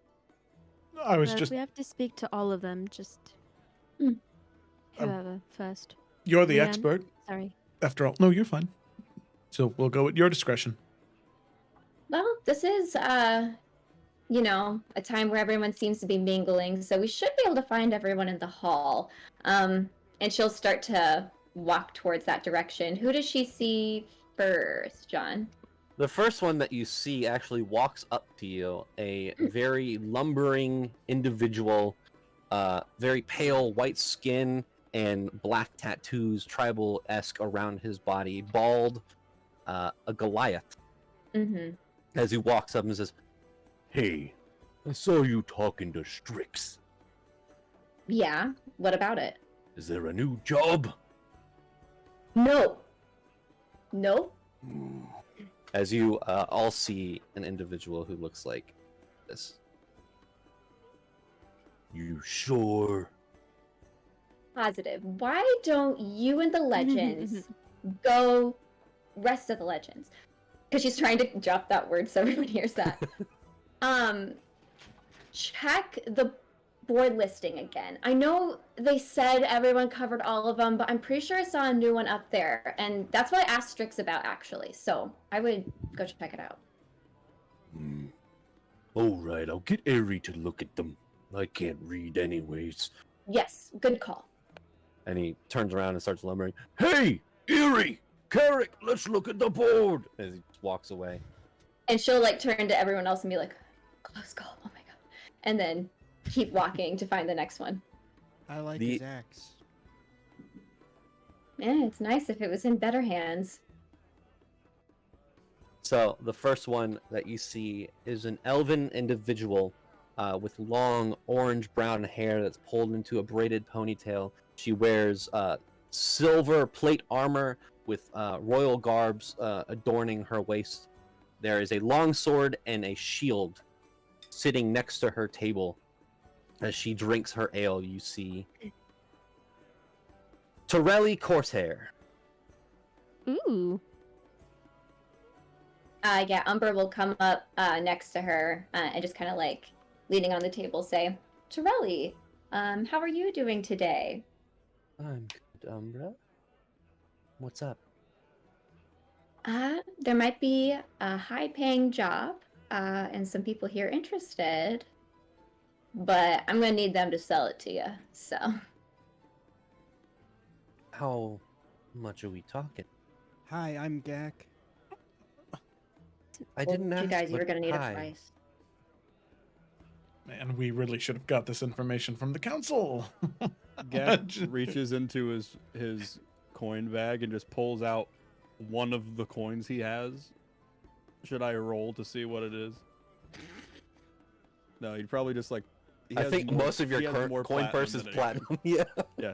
So he pulls out a platinum and he goes, "You see this? I see it. More."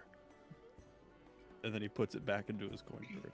What GAC means is the council is willing to pay what is necessary for assistance. She looks to Umbra. Is that true? Mm-hmm. Indeed. I don't think we've ever had a job from the council. Mm-mm. It's not officially from the council.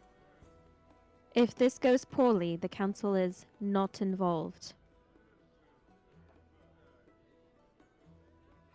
And No, normally I'd be wary about stuff like that, but we are talking about getting paid by the council. Where are we headed? Basil, I'm assuming Basil took back that piece of paper, and so she pulls it out again and slides it over. All right. I would like Basil make a persuasion check with advantage. Swathan. I got us with advantage. What is my problem today? She looks Oh. to you and says, "And when exactly do you need me? Ready?" In 2 days? Day after tomorrow. I'll talk to Strix. I'm gonna need more money, but sounds fun. More money than a lot? You weren't very convincing with your argument, but gold is gold. Did you guys want to fill in on how this job will not be fun? Yeah. Lots of possible death.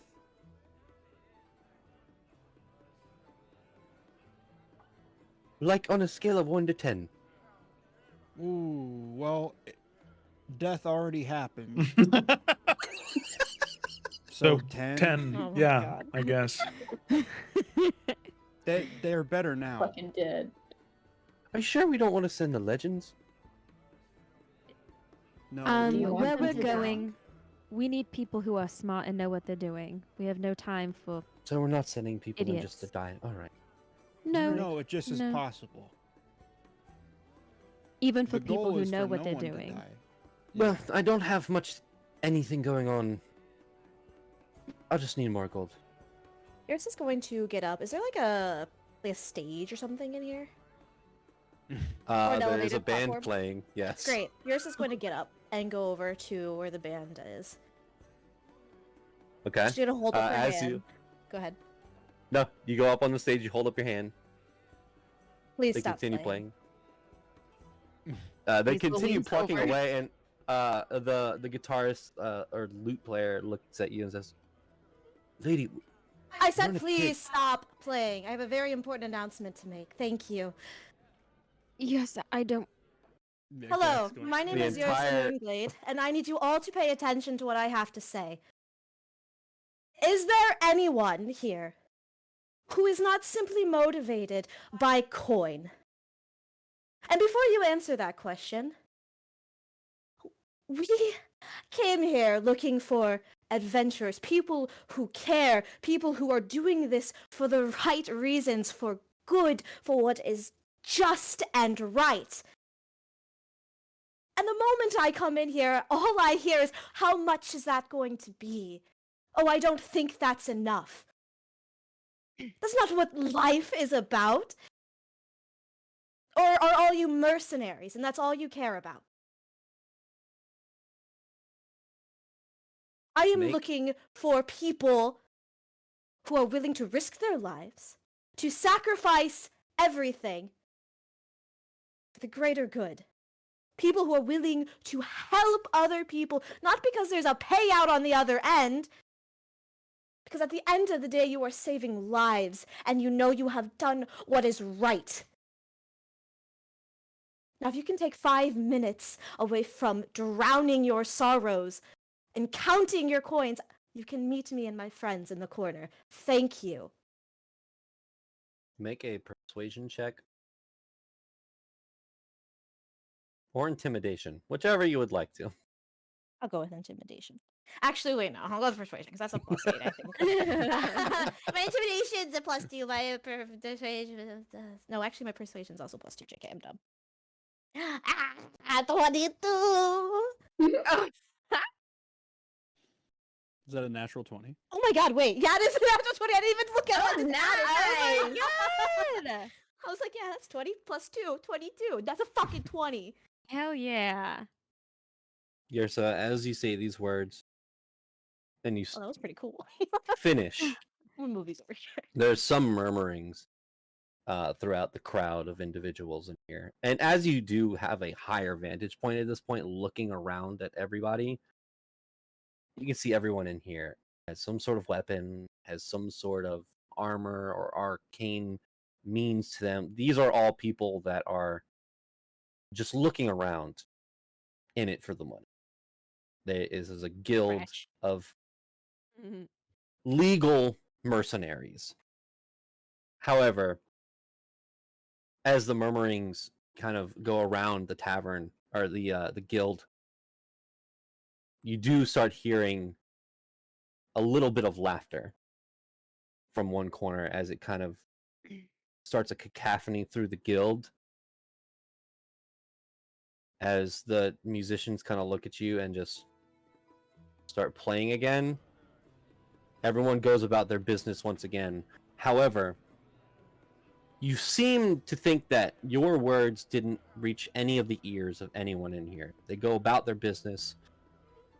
You walk off the stage,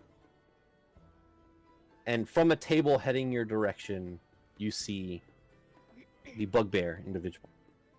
Bugbear. As he walks over, you see an individual who looks like this. Oh, he's so friendly. Looking at the face. Oh.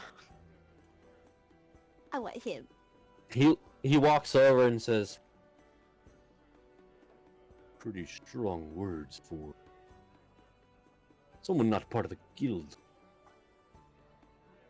But what you said is true. I would like to help people, but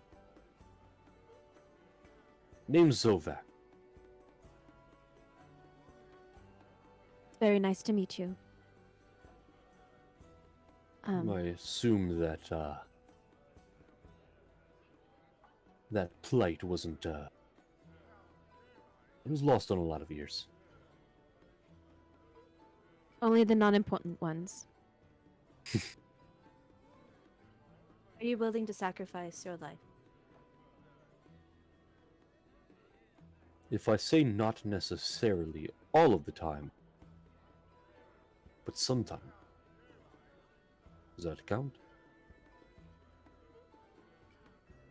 Do you believe in protecting other people and fighting for what is right? That is why I joined the guild. Your son nods slowly and turns to everybody else. For the sake of time, can we just like do the whole sliding over quickly, codely Yeah. say everything? Where are you going? How much And I is can explain The Yeah. person. Are you in? Sure. Why not? I'll be there. Perfect. Thank you.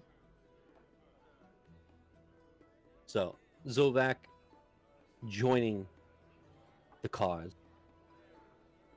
Eventually, you sit there and you assume that no one else is going to walk over, except you do see a short but very muscular old woman with long braided white hair with multiple bands of gold holding it together. Ooh. She wears brass and gold armor that depicts dragons and salamanders all over it. She walks over, and you see Grandma, or Gertrude. Oh, come on! Yes. So, I don't have much life left in me, so it seems... What are we doing? Sign her up right now. I think you and Rian will get along very well. Oh, She looks to Rian and winks. I see. Gak winks at Rian. So, with all the formalities out of the way, you tell her where you're going and all that stuff. Oh, I could probably be help in a pinch. I'm good at healing and I haven't much had any work. I'm in. Sure. And I'm sorry, John. The girl we were originally talking to, is she in still too? Yeah, forgot. Torelli is. Yeah, she was in, Okay, cool. I didn't mean but to cut her because of off. the persuasion check, she wanted more gold. Oh, okay. Yeah. Greedy. Okay. Hey, Grandma, if you join us, you might be able to learn a thing or two from our friend Basil over here. Really? No. You cleric No. as well? Kind of. No, she is. She looks to the staff that you hold and your garments of the Raven Queen. This is new, as in yesterday, new. Ooh. I can do petty heals. That's it. He's a very strong cleric. I can tell. Well, if you want to learn a thing or two, I could teach you, but don't know many new tricks. Any tricks are better than none. I found the basics work pretty good.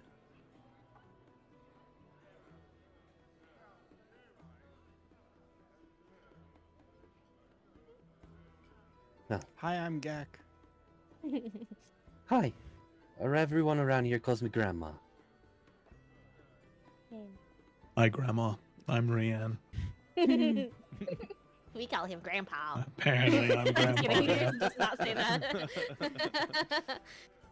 that. I'll be there. And she Well, gets down and walks off and goes back to her drink. well, do we feel like we need more people, or are we comfortable with 4? That's about double what you have, right? I kind of feel like we could always use more people, but the fact that we have more people than we did is good. Well, we And- can keep talking to people, but I feel like they're gonna want more money, which I know is a tough topic here. So, And I do you just feel find it comfortable? interesting. Oh no, you Sorry, Kat. No, I feel like I may have said too much today. go. You're okay, Ursa. I was just gonna say that I thought it was interesting that that one person wanted more money, even though we didn't say how much it was, and they're just like, more than that. I just really wish that we would have had the foresight before we left the council to ask how much we could offer to pay people, considering that they are mercenaries and that money seems to be a big deal. To be fair, I've never heard of most of these words, so I wouldn't have thought to ask. and to be fair, for Tori, I mean, as people who've taken many jobs, they kind of already know the ballpark of what they normally go for. So she's basically saying more than that. Well, either way. We all have a frame of reference, but if we are we feeling comfortable? I think so. And we do have some of our own allies as well. So we will have a big group, which is good. Oh, good.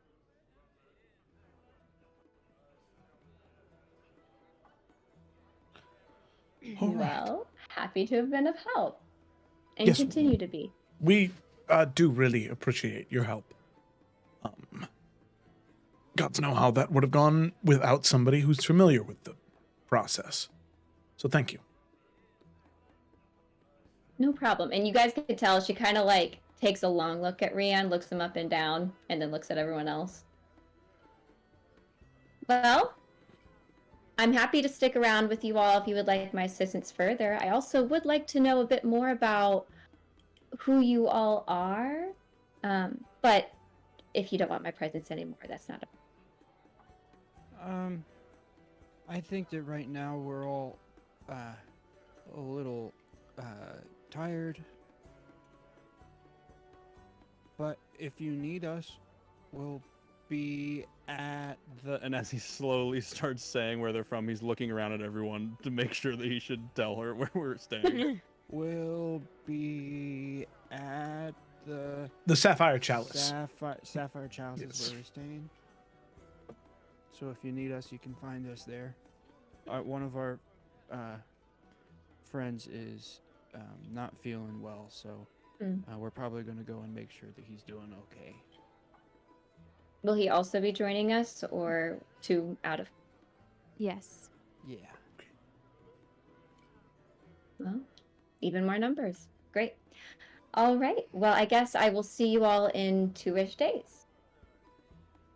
And I do understand that if, considering that we have been rather doom and gloom about this mission because it is dangerous, in the Sapphire Chalice we do have ways to conceal our conversations so they can't be viewed. So if you do have any further questions or you'd like to get to know the people that you may be dying beside in a few days, we'd be more than happy to accommodate. To be honest, I would really prefer that. Maybe tomorrow we can get together and talk about what we want to do specifically. And just, maybe fill me in on a little bit more details. Mhm. That sounds great. Yeah. Tomorrow morning, then. Let's do it when the sun's at the middle of the sky. Noon. Sure. Tomorrow afternoon, then. Well, thank you, Okay. Umbra, right? Correct. Great. And I don't know if she got all your names, but I guess that's something we can discuss in the privacy of the Sapphire Chalice. Since things seem to be a bit more discreet. We can't say our names. Oh yeah, and This is- Basil's still. Yeah, she's still disguised. Pearl, isn't she? yeah. She's Pearl. Even though we've been calling her Basil. I'm sorry Well, about that. Erase. We'll. What is it called? I mean, here's the thing. Metagaming. Basil is also a moniker, isn't it? Yeah. That's true. She. I don't What know what that is word her is. name? What We is just her started name? calling I We don't don't know. We don't We know. started. Yeah, we do. I have it written down on a post-it note. And I'm looking at it right now. See, you're a bitch. Bitch. Bitch. So- I assume that the Seekers of Insania are heading out of the Seven Swords at this moment. Yes. So I can't read that. It says. It looks like it says Slim. Thank you. Her name is I'm Sierra. some I'm shady. shady. I'm the real shady. All you are the Uh, bullshit. So the four of you make your way out of the Seven Swords. Umbra, I'm following. yeah. As you guys make your way out, you do hear a Goliath individual go, "Hey, I didn't see anything on the board. Umbra! Umbra?" As Oh. looking around. All right. And he just walks off again. So as you guys make your way into Aelden once again. No, this one. We like that. If you guys want to go back to the Sapphire Chalice, I might go to a market and get some more health potions. If anyone wants to come with me. John, this is a quick question. Are we the non-scrying things are going to be delivered to us? If They we have have to pick go to them the up college. tomorrow. Yeah. Okay, sorry, just want to clarify. And that's what we're doing in the morning, which is why Gak said we should Gotcha. meet up at noon. Gotcha. So you guys are walking through the city. Yeah, go ahead. I was just gonna say Basil's going to say thank you for the offer, Gak, but I think I'll go back to the inn.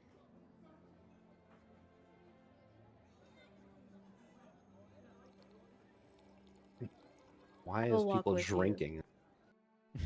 I will walk with you, Gak. So you don't have Okay. to phone. There we go. Okay, so Person was really it is. thirsty. Yeah, it was outdoor market, but then they just really honed in on the sipping. Free samples. So at this point, it is midday. You can see that the city is lively and bustling like it normally is. Umbra, I would like you to private GM roll me a stealth check. Okay. Eyesight. Passive perception. If it goes wrong, I want to do something. Nice. I don't think it will, Ooh, but my passive's pretty high. wait, private That is GM cool. roll. Oh, Wait, Dungeon high Master. gals, I think this works. If I just click Dungeon Master on D&D Beyond, right? No, in the drop down on Foundry, there should be like public. Oh, that will do private it GM too. roll. Yeah. Oh my gosh, why don't I have a? I think this is it. It's got the guy with the hat.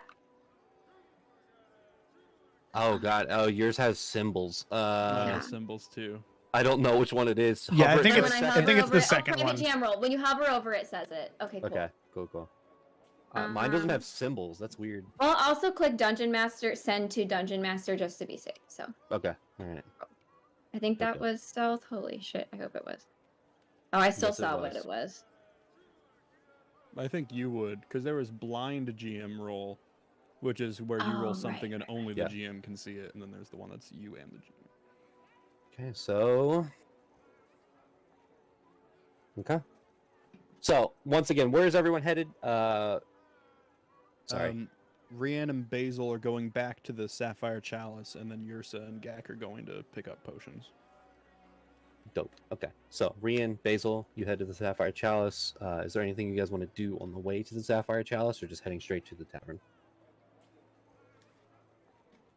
For Basil, and she's gonna head back to the tavern, but she's probably not gonna go inside. I think she's just gonna take a small stroll just around the little block, just to kind of be by herself, but Mm-hmm. you know, she doesn't need to do any more drinking at this moment. I will say on the way back, Brienne's not going to say anything or start any conversation. But Brienne would be humming a little song Nothing too loud, just kind of like idle humming as they're walking along. And I'll say that Basil maybe recognized it. It's something that Rianne's sung before, just passively, just sort of in idle, more calm times. So it's something that she notices. And yeah, but other than that, he won't say anything. Yeah, if she notices it, it's probably not something that she's really gonna comment on, but she's Mhm. not gonna tell you to stop. Mm-hmm. So you Rachel both- doesn't know what what the. No, it's literally never been talked about before. Okay. Yeah. Okay. Okay. Okay. So the two of you make your way back to the Sapphire Chalice, and we will pan over to Gak and Yursa, going to the Golden Market to go buy potions. You've been to the potion shop here before. God, what the fuck is it called again? I know who's the owner, but I forgot what fucking place it. Because I'm Was Yursa garbage. with the group that went last time? Because I know Gak wasn't. Yes, she was. It was her and Basil who went last time. Yeah. Sorry, guys. Oh, Tanya's tonic. Jesus, that's. How did I forget that? Alliteration. So you walk in and you see Yursa sees a familiar individual, a halfling woman with long, braided blonde hair. She has goggles resting atop her head, garments that have acid and dirt and various liquid stains all over him from brewing potions all day. You see Tanya Dista. She looks to you and says, "Oh, welcome back. Oh, I haven't seen you before. Hi, I'm Gak. I am Tanya. What brings you to my shop? Well, potions, obviously, but what are you looking for?" We just want to buy some more healing potions. "Oh, all right. You all kind of bought a lot of them last time. I've got. What exactly? Which ones are you looking for? Because I don't have that much in stock." Do you have any of the greater healing potions? I have two. Okay. How much would those be? Let me look at my prices again.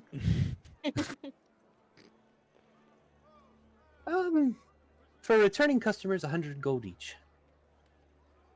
Okay.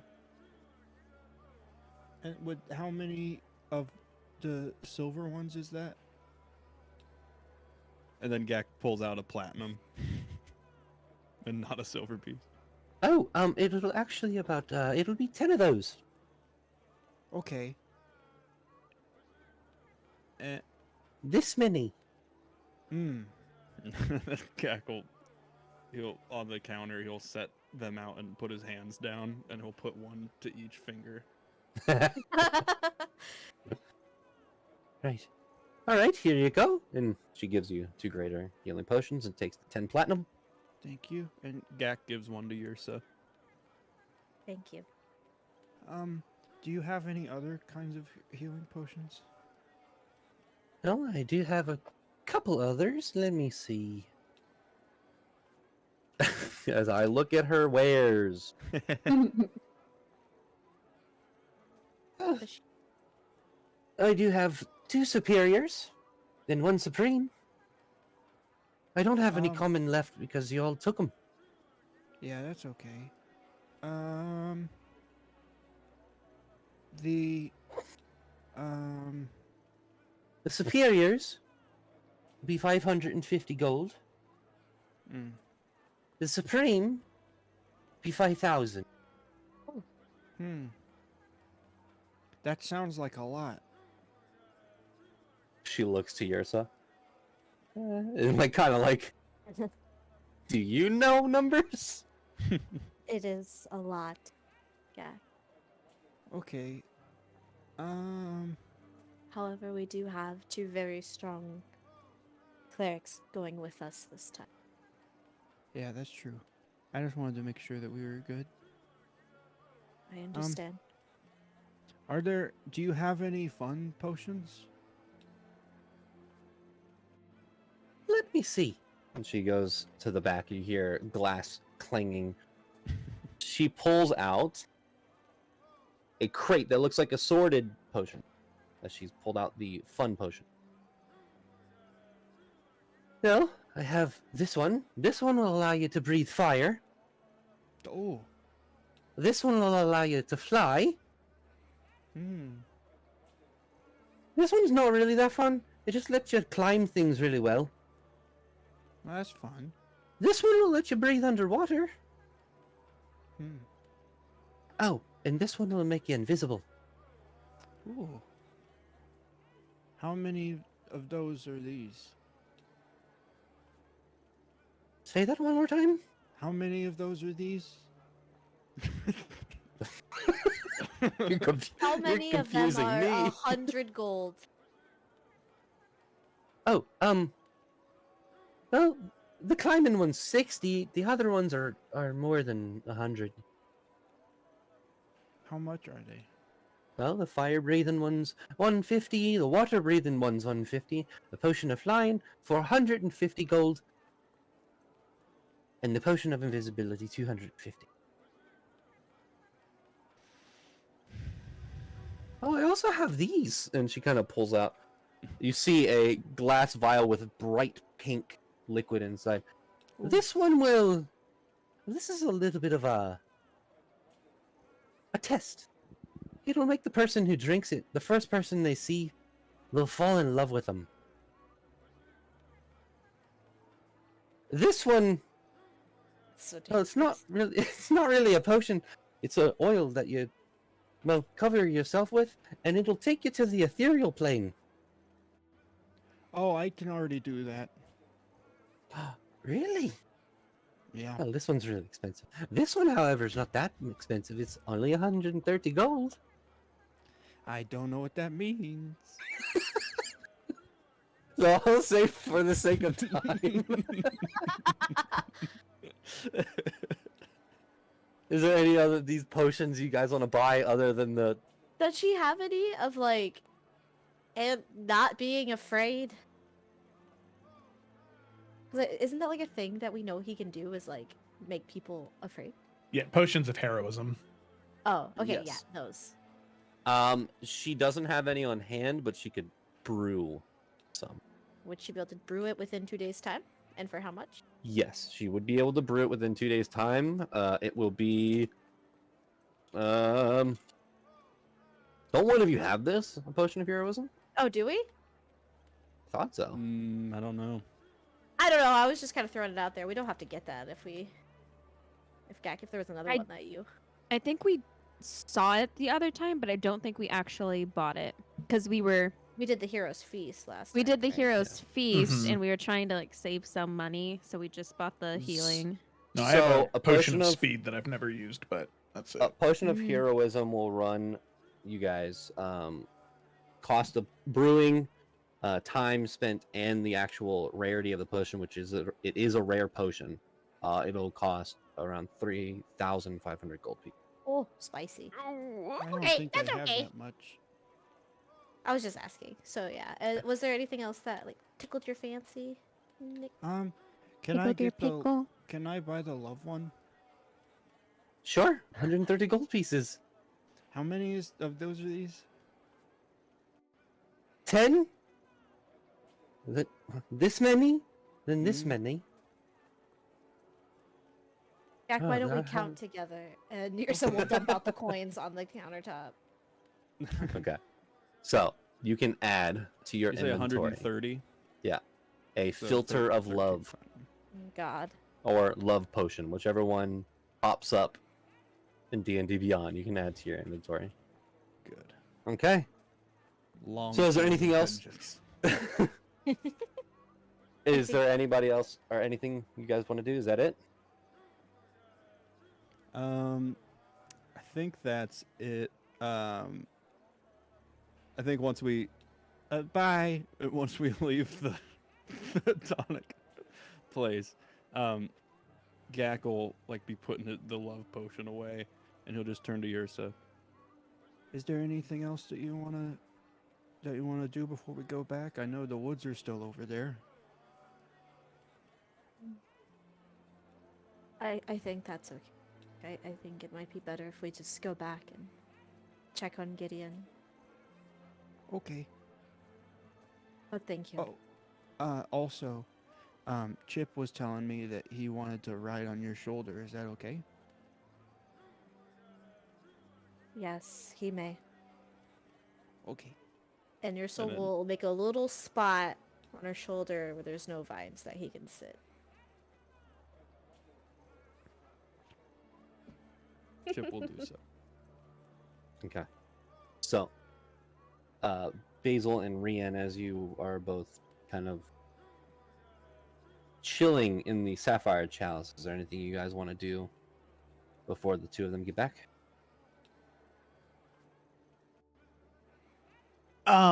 I would maybe let Marathel know that in the tomorrow afternoon we'd need a safe place to talk that couldn't be scryed on, but other than that, no.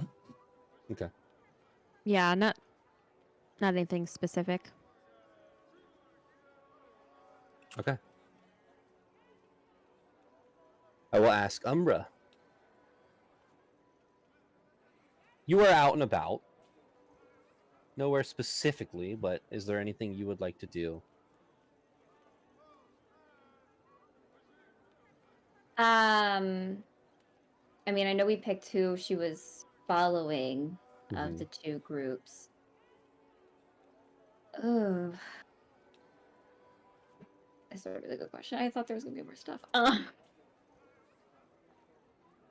don't think there's anything in particular that she needs to do. I don't know if she would incite anything either necessarily. I think she would just kind of. You know what? Is Rian at his room? That's up to No, Rian. I would say that I think Basil's not in the Sapphire Chalice right now, is she? She's out walking around. Oh, that's right. That's right. You're You're muted. Right there. Rachel. Yeah, she's out taking a walk. Okay. So yeah, Rian's in the tavern itself on the ground floor. And I would say right now, right now he actually has his the saddlebags from Hikari inside the tavern with him, and he's actually going through one of them, and he's like looking through these larger sheets of parchment that have a collection of different paintings on them. Okay. So he's looking through that stuff. Did Rian leave his stuff, any stuff in like a room that they're staying in? Like, would you have left like personal items there, basically? I would say, yeah, like when we got back to the tavern, he would have felt pretty safe within the Sapphire Chalice. So, yeah, I'd say that he would have dropped off some of his stuff. So I'll say that his bag, his equipment, everything except for those saddlebags are currently in his room. Okay. I feel like she would do two things. I think first, once she does a little spying and can maybe like pick out what room was his, she would sneak into his room and go through his stuff. Okay. Rian's it not just- around. Yeah. I'm not going to make So- you roll a stealth check either because you could find the Yeah. opportunity where no one's walking the halls. Just to set up the context of the Sapphire Chalice, it is a 2-story tavern. In the center is a circular bar that has like stacked barrels that are magical. Obviously these rooms are upstairs. They are very well kept and made, and they're a word I like to use, gaudy. You are able to find Rian's room and go through stuff. Rian, what would Umbra find in your room? Yeah, that's a great question. So she would find a whole bunch of commonplace adventuring gear. That's kind of the first thing. That's what's on the base of this. She would also find the sword up there. I would say. Yeah, I don't think he would have had it. He wouldn't, in Marathel's tavern, he wouldn't need to feel protected like that. A very finely made elven dagger with a gnarled bit at the end that's attached to a chain. And the big thing, the juicy thing, is that there is a journal at the very bottom of the bag that Rianne has been keeping. And if she were to read through it, this is not a journal of just the adventure. This is a journal that probably Yrsa had him start to jot down his daily thoughts. So they're short entries, as Rianne for a long time was a very he was a brief man with brief thoughts. But you would be able to find a lot of information in there. Talking of Ciri, talking of his home, talking of probably never names, especially in the beginning, but talking of a wife and a son that he had lost, and feeling lost and feeling lonely without them, having traveled far from Ciri. A lot of the journal would mention the nightmares he would have related to fire and flames. And eventually, towards the end, I'm just skimming through it, you can tell that he starts to talk more about his feelings, and the journal and the entries are less and less and less frequent. Except for one at the very end. That was just written last night. Yeah. And I'll message you, Felicity, with that one that was written last night said. Okay. Okay, cool. It's the session summary. It's super secret. Okay, I'll wait for you to message me that, but she will after looking into all that. Also, what time of day is it?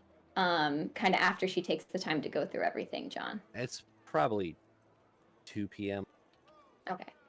Well, after she goes through that, she will actually loop around, and I imagine she like leaves out his window and then comes back into the front of the tavern like she hasn't been there. That is amazing. And she doesn't try to be subtle coming into the tavern. She's not trying to be sneaky. She definitely tries to like come in and make her presence known. And she's gonna do the whole like looks around the tavern and then is like, oh, Rianne's here. And then is going to walk over to Rianne and sit down actually where he's seated and say, sorry, didn't mean to come on over so soon. I thought maybe the rest of your crew would be here. Please have a seat. And no, I think Basil is getting some fresh air. And Gak and Yrsa, they decided to do some shopping, and our other companion is still resting. We are busybodies, so to speak. Always got something to do.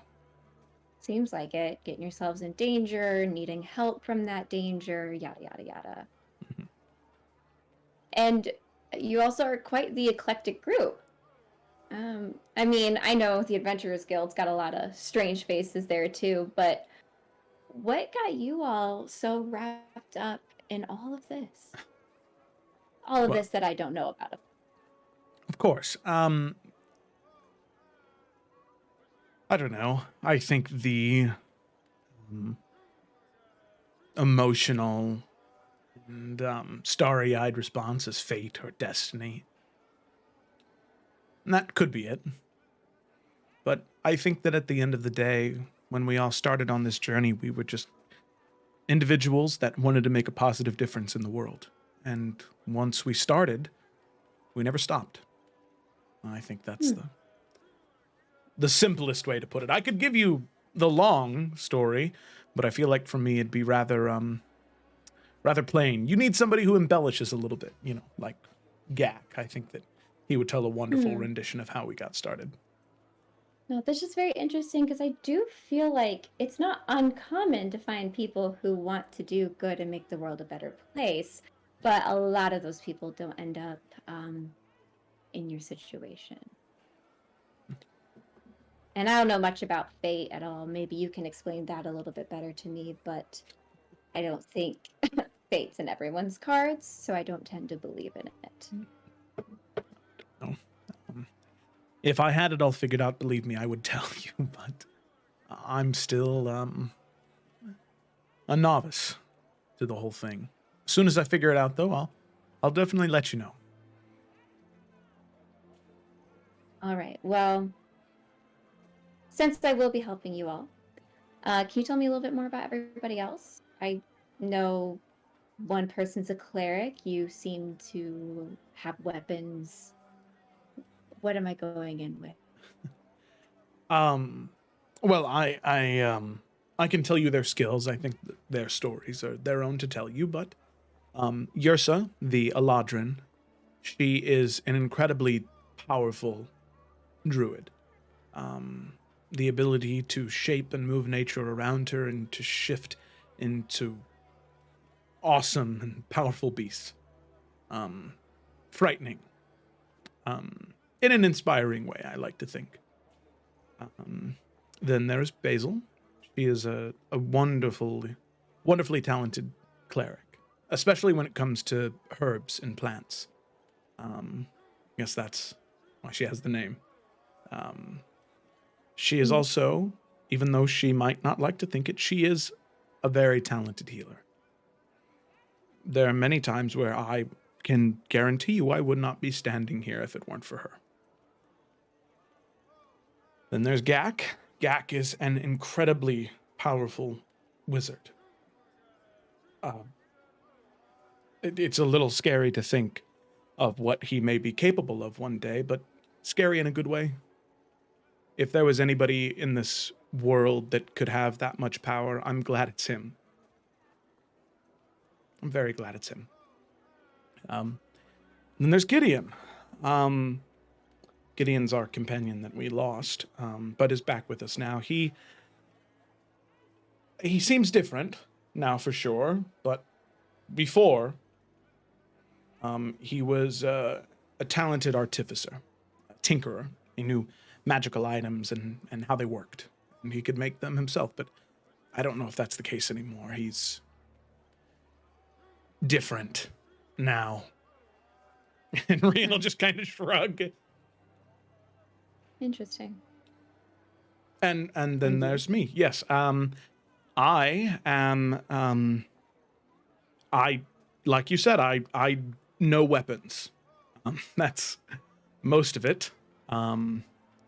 According to Gak, I could probably move on from the sword, as I've gotten pretty good at it. Feel like there's always more to learn. I also do there is a small bit of divinity that I think courses through me. Not to any god or any divine being, but to the promises I've made to my friends, and to the good I want to do in the world. Those are our skills. I mean, I wish I could tell you my story is incredibly exciting, in that I fought dragons and all types of marvelous beasts before I joined up with these individuals, but in all honesty, my life was rather unremarkable before I met them. I grew up in Syria. I started to travel the world, and I found Yrsa. And Yrsa helped me. And then I found the rest of them. And my life has been better for it ever since. Remarkable. Well, I'm glad that you have such a close-knit, in a way, family. Thank you for letting me know. And you'll see her, like, get up and, like, walk past you. But if you turn around, she's not there. before she like disappears, like as she says that last line as she's getting ready to stand, can I get a read on how she's reacting to that? Because Felicity's Yeah. acting skills sold it as kind of sorrowful. Yeah, I Okay. think that is what Rian would take away. Mm. Would he have an opportunity to say something before she sort of Yeah, vanishes? yeah. Okay. Mm-hmm. As I'll she's, say before she like passes, or as maybe as she's getting up or Yeah. something. I'm sorry. Did I say something wrong? No, just a confirmation. And then she will continue walking, and then disappear.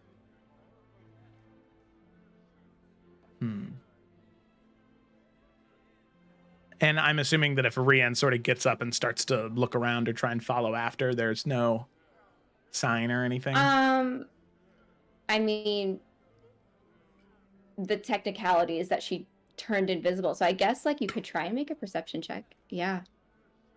She didn't evaporate. She's there. So I'll say yeah. Making a perception check with disadvantage, Rian. You got it. What is If that, you control? wanna proceed. Yeah, okay.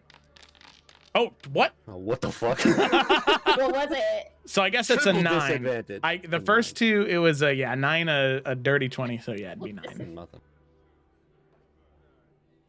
Dude, Umbra is gone. confirm something. And I guess he'll kind of sit back down and he'll linger on that.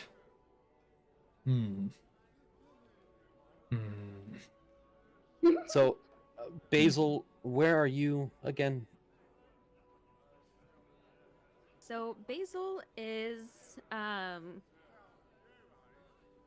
she's actually like almost like right outside. She honestly didn't want to walk too far just because she knows that we still have stuff that we have to do. So she's kind of I'm assuming there's a little bit of an alleyway where that isn't super busy right next to the building, etc. Okay. And she's just gonna go, and she's leaning against the wall, her head up towards the sky, and she's gonna try to see if she can connect with her mom again. Okay. Make a religion check.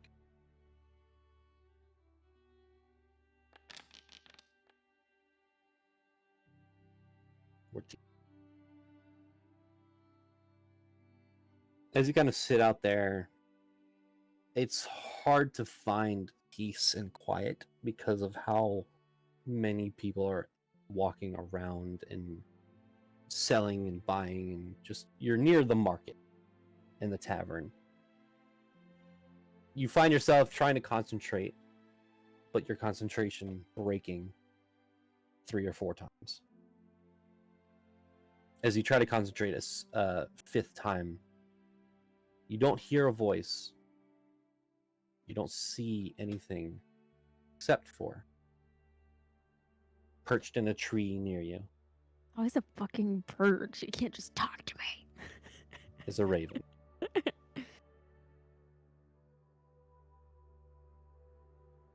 Basil is gonna kind of eye that raven, and when she would normally, welcome it onto her hand, maybe speak to it, she's just gonna give it a hard stare, turn and walk away. She's gonna go back inside the tavern. Okay. Before you make it into the tavern, as you're staring at the bird and then turn, Umbra will actually come out of. You kind of see her come around the corner, and she's no longer invisible. Oh my god. She'll say, "Something up with that crow?" I usually love birds, but this one in particular is not doing it for me. Stupid. No, there's nothing wrong with the bird. I'm just in a bad mood. All right. I Um, know something happened to put your whole crew in a bit of a funk. I mean, sounds like it was what happened to your friend, obviously.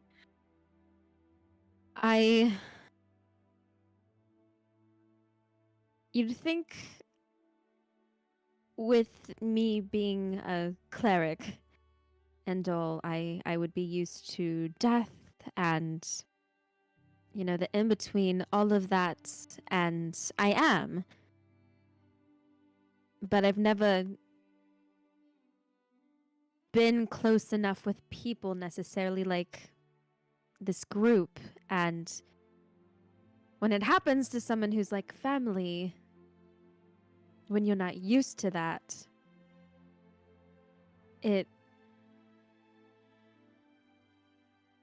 I don't know.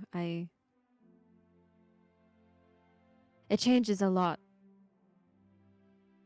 in your mind, if that makes, I don't know if I'm making sense. I'm kind of rambling a little bit. You mean your relationship to your god feels different now? Is that what you're trying to say?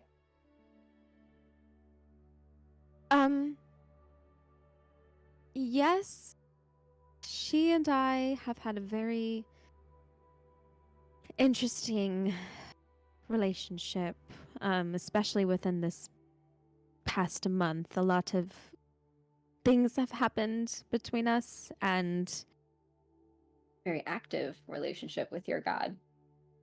more than the usual.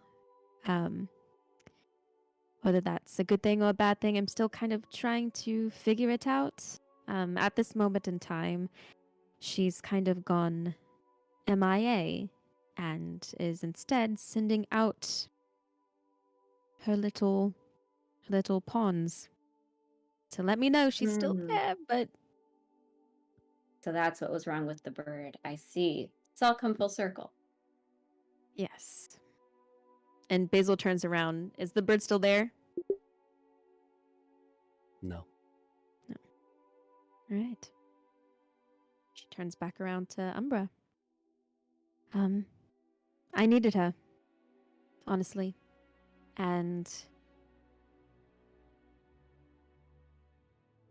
she ignored me.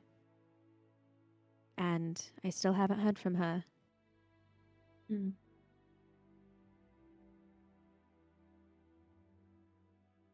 But Well, maybe Granny can speak more on that kind of relationship. I have no idea what that would be like. But I will say, family dying, anyone close to you dying, I don't think you're ever gonna have enough exposure therapy for that to not affect you. Just gonna be honest there. that's true.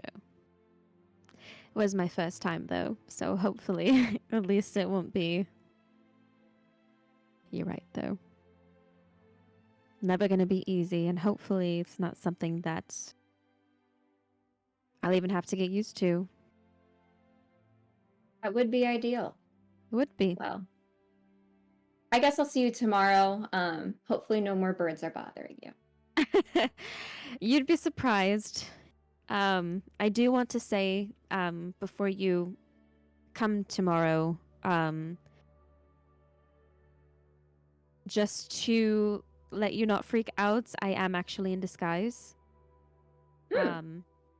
My name is Basil, so that's not different. But this is not what I look like. So tomorrow, during our meeting in a more secluded space, I won't be showing my disguise because I won't be disguised during the fight with who we're going to. Good to know. I appreciate the forewarning. Of course. Get home safe and see you tomorrow. Yes. See you tomorrow. And they She'll leave. split ways. Basil probably goes back into the the tavern, and she finds Rianne. She slumps down at the table, lifts her hand up, like waves to the waitress for a beer, and she looks to Rianne.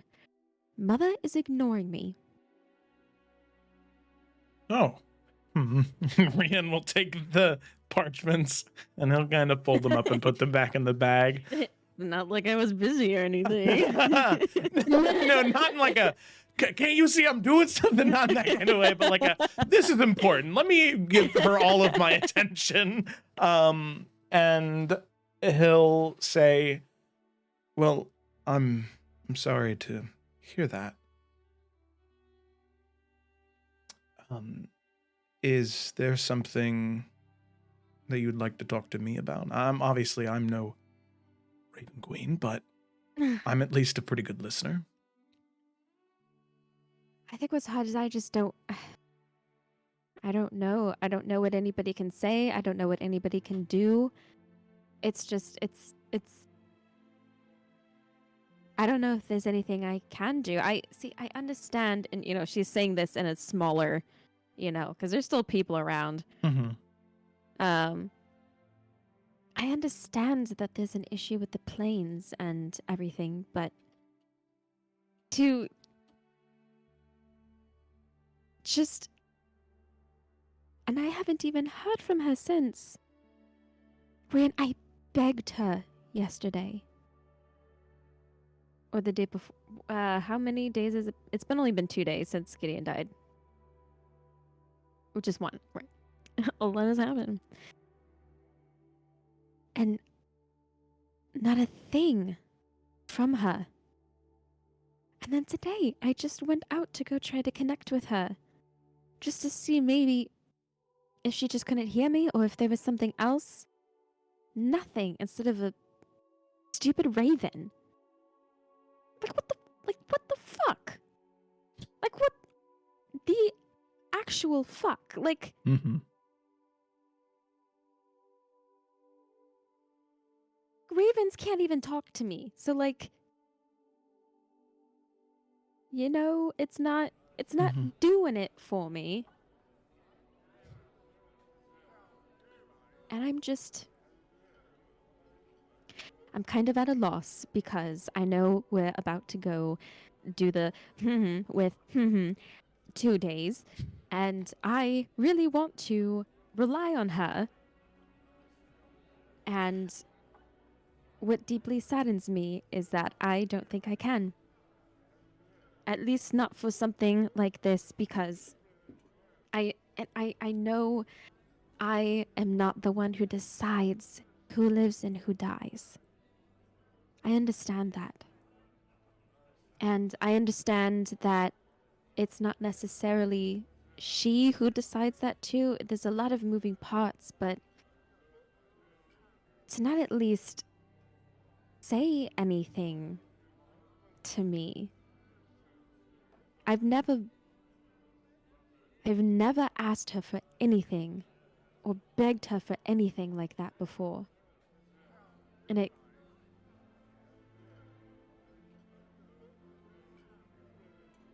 I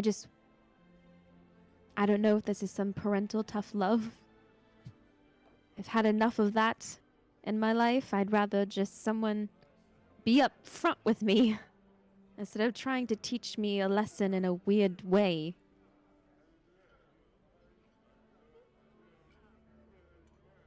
Yes. Like- The gods can be cryptic. Always. It's their nature, I think. You're right to be frustrated. A parent should be there to comfort you, to listen to you, to hear you, to give you words of wisdom, to comfort you, and then when you're ready, to send you back out in the world. And I'm very sorry that your mother has not done that. Even if she may be a god, he says under his breath. You're still her daughter. And I think it's fair to say that she owes you that much. But she is a god. And they do not perceive the world the same way we do. It's not an excuse for her actions, but do you think that her sending ravens is her own way of saying, I hear you, and I'm sorry I can't do more?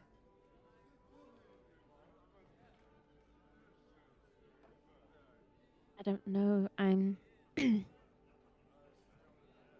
She's been sending me ravens for most of my life. I think even before I truly became a cleric under her, I've always seen ravens. And sometimes I just see them at the most random times, whether I was happy, sad, angry, confused. So I feel like I never truly know what they mean. They've always seemed kind of so cryptic. Sometimes because I'll ask a question and there's no answer, and instead I just see a bird. And I'm like, well, what the fuck do I do with this? It's a bird. And maybe I'm just looking too deep into things. Maybe I'm not looking deep enough. But I've at least known her as a god for decades. But as a parent, not even a month. And I don't know if she knows how to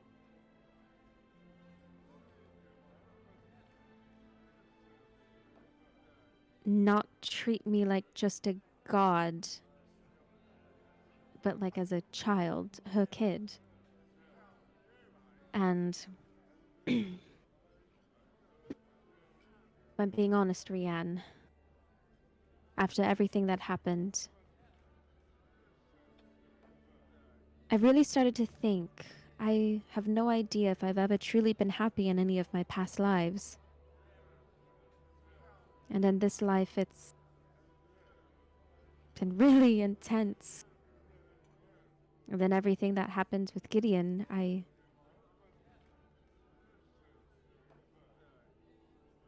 just don't see the point in why I continue to be reincarnated if the lives I seem to be living are full of chaos and I don't know. It's me trying to make sense of situations that were out of my control. I think that's appropriate, though.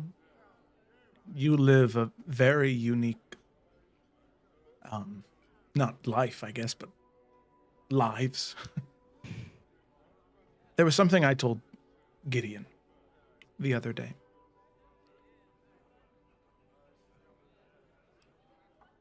That most people only have one life. And that life is a heavy burden to carry. Death can take it away so quickly and so easily.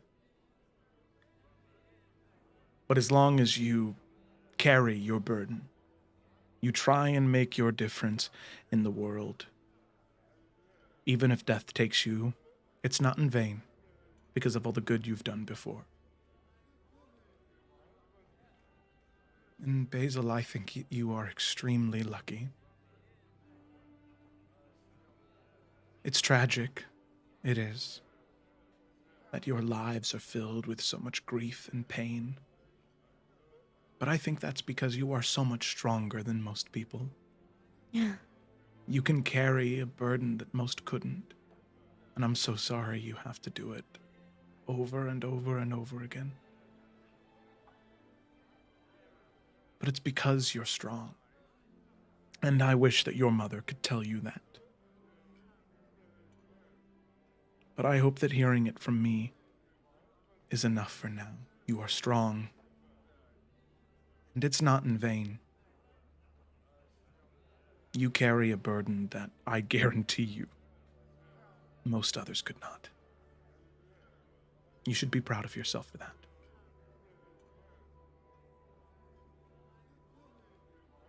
Because, and he's going to reach into the pouch next to him that had all those parchments.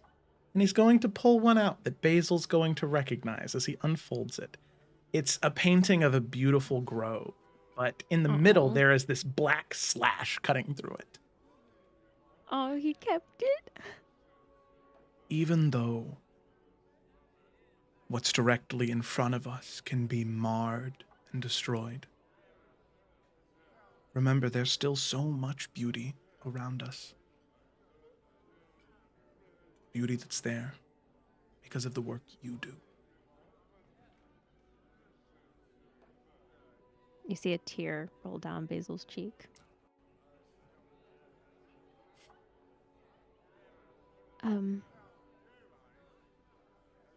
Rian, I can confidently say that knowing you, I wish I had a father like you. And I can confidently say your son would have been one of the best people in the world. And he'll nod. Because he had a father like you. And he'll smile, and I think that you'll probably see a very similar tear kind of fall. He won't say anything, though. He'll come over to the other side of the booth, and he'll just kind of give you a hug. And just... Oh, Basil it crawls in, too. Oh.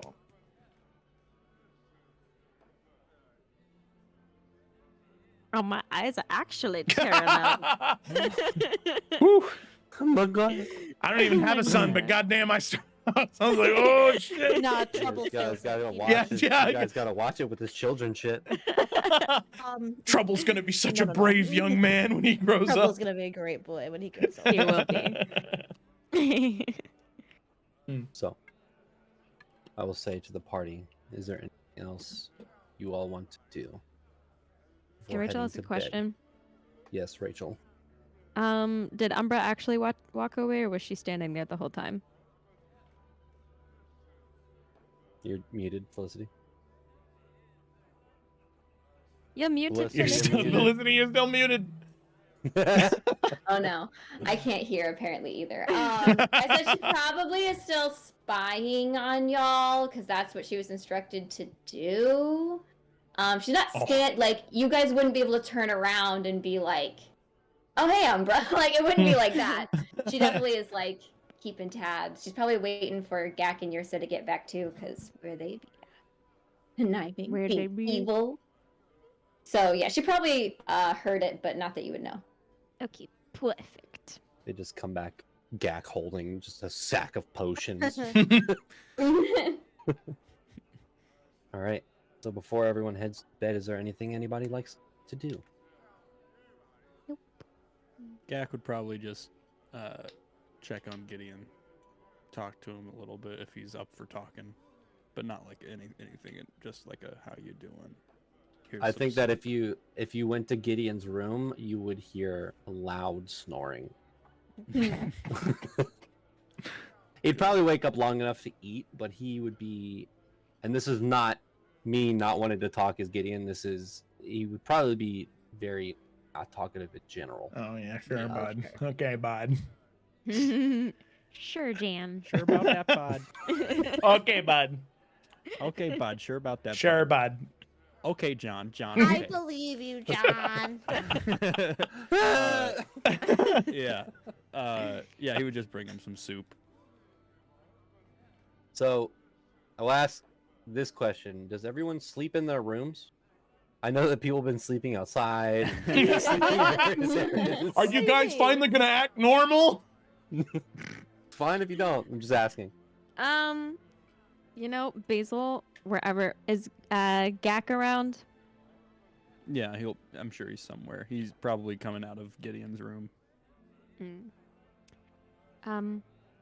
Gak, Yeah. do you think I could sleep in your room tonight?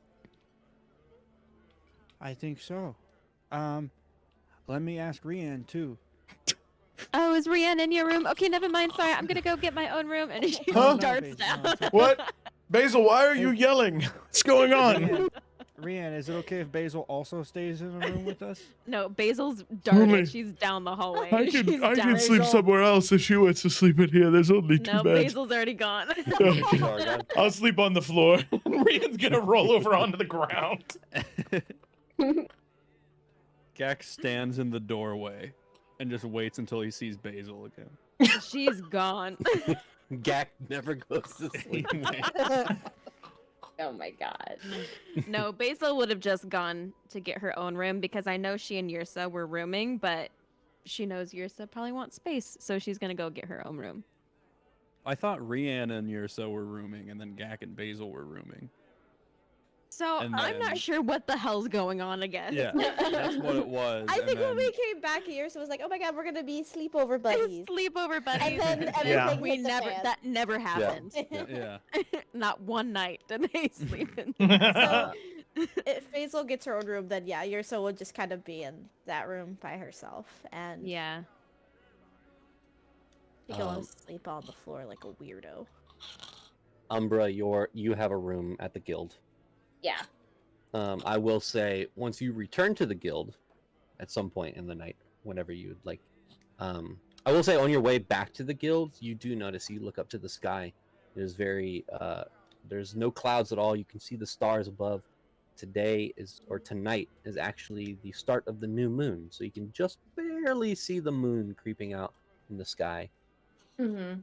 But as you walk back to the guild, you find Strix. And Strix says, "So, what did you think of them?" And before she says anything to Strix, she just kind of turns. She's like, I mean, it was kind of weird seeing all them. Have a lot going on.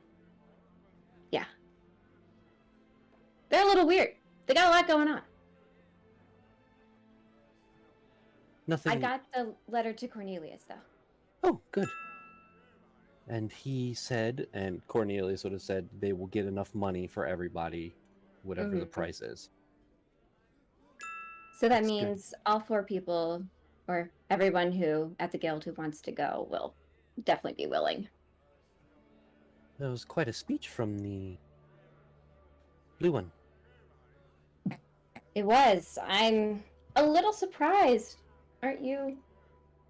It was kind of crazy. Yeah, I'm surprised anyone responded to that. Especially, this is what we do. We adventure for money, you know? I was just like, it's our everyday, it's our job, so. Well, it seems that things are looking up for the guild. We're going to be coming into some very vast amount of money. Mm-hmm. You do realize you all are going to fight vampires, right? Yes. We are very aware. Shut up. Who? Never mind. Well, Like I said, I need to do this, so it's a little bit more personal than just money. I usually don't question. You wouldn't get an answer anyway. I know. Well, just be safe. I'll make it out. I know. I hope Grandma makes it out. Me too. I'd like to see how long she lasts. Are you sure In we general. shouldn't send the legend? No. All right. Mostly because I don't want to deal with them. They're crazy. I'm just letting you know. I don't know what kind of trouble they would get us into. Yeah, then our lives in danger. Yeah. Right. All I'm saying is the next time there's a dragon contract, I'm sending them. That's fine. As long as I don't go with them. I'm sure you won't. Huh, good night, Umbra. Actually, Oh. Strix, I should tell you. I may be moving on after this mission, so it's been great. But I have some things to take care of, like I said. I may be around in another like half a year, but just keep me off the roster. Well, that is unfortunate to hear. But I understand. You know that you will always have a spot in the guild. Thank you. I'm just not good at sticking around places too long. You know that, though. You do have...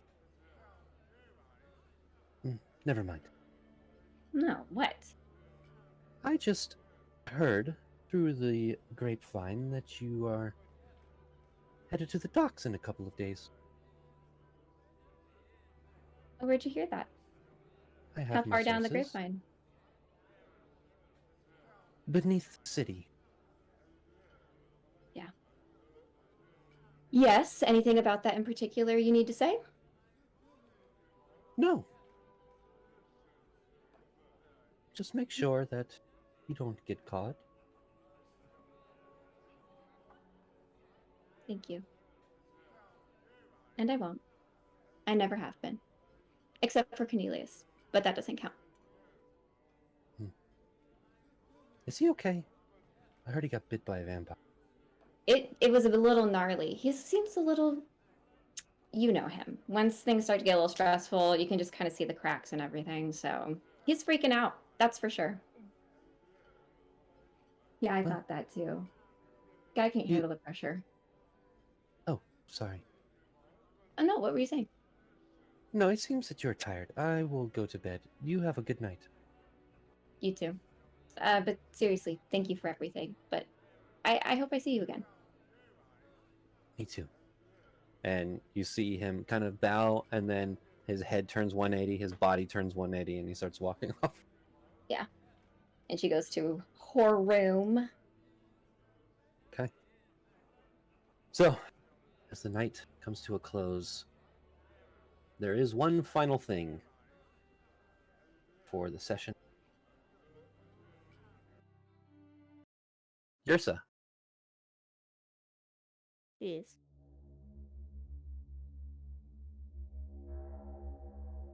Not the music. What the fuck is that? Okay, I got really scared. Also, like, what? It's the dark one. No. Into the dark one.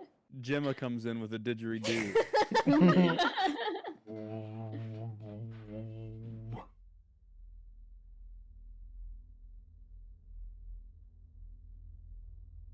Fumble. Oh, you are cutting out. Or is it just me? No, I No, couldn't it's- hear anything, John. Oh. I'm just cutting out and Oh, okay. fumbling and all that cool stuff. Fine, this will work. Yursa, as you fall asleep, you've been riddled with various emotions within the past day and a half. You've closed yourself off to feeling most of them, other than anger. At this night, unlike last night, you finally found some sort of peace when you fall asleep. That is until your vision comes to you. That you are not standing in a tavern, inside of a room. You are in darkness. You look around, and as you look around in your eyes, start to notice that objects do start to appear. A table, a bed, but they seem faded almost. And then from across the way, you see some light. Slightly. As though moonlight. And you see looking back at you in a garden. Oberyn Blackmore. As he looks to you, Yursa, and says, Well, well, well. Putting an army together, are you?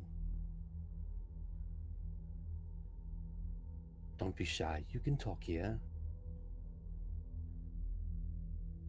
Why does it matter what I say?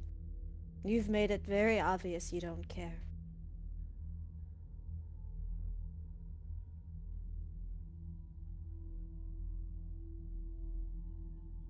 So what happens next? You tell me. You know everything, don't you?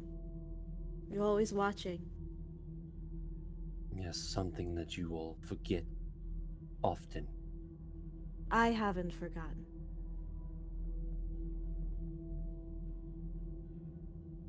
What is next as I wait? I await your arrival.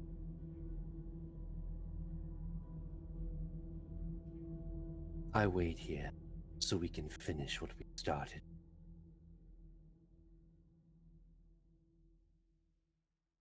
Are you happy? I'm never happy.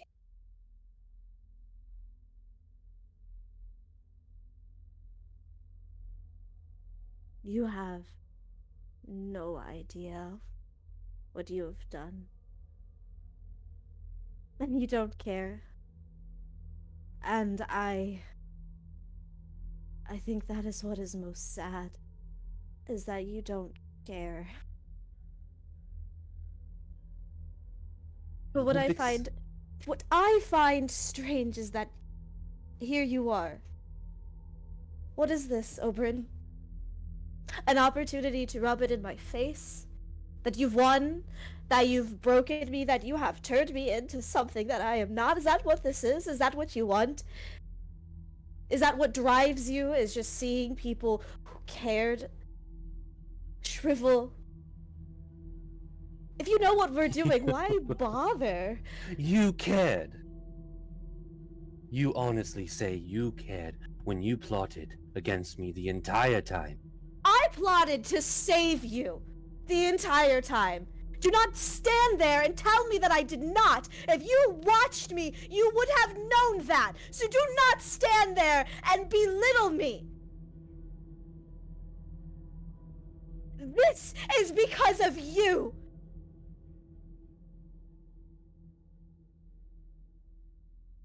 So why are you here if you know every little detail? Because You I'm have giving won. you an out, You have Yrsa. won. What out, Oberyn? There is no out. This is me being merciful and caring. You and your friends need to leave. Do not come here. Why? You just sat there and said that you don't care. Why? Because if you come here, then I will have no choice to kill all of you. Isn't that what you want?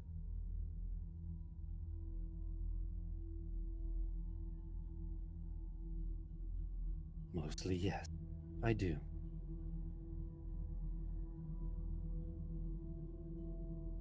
But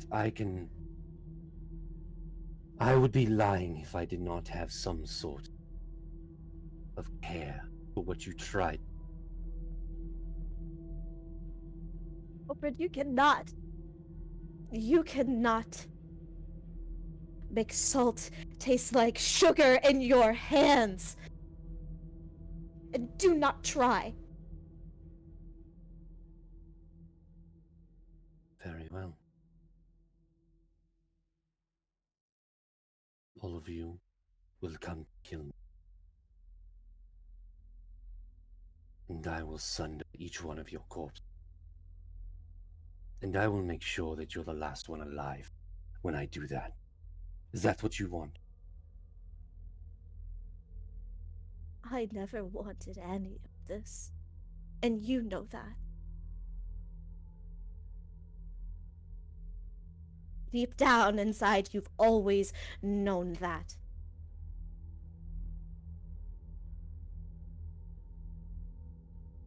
But now, I have a storm. And I don't know if it has an end. But I guess you know what that feels like, don't you?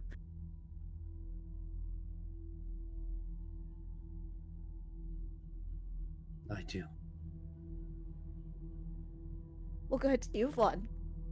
Someone else feels your pain and your suffering, so you don't have to suffer alone anymore. You've won.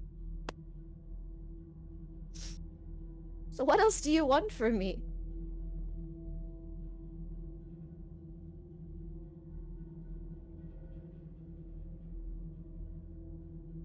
see you soon, Yasa. And with that, the vision fades. And you wake up the next morning.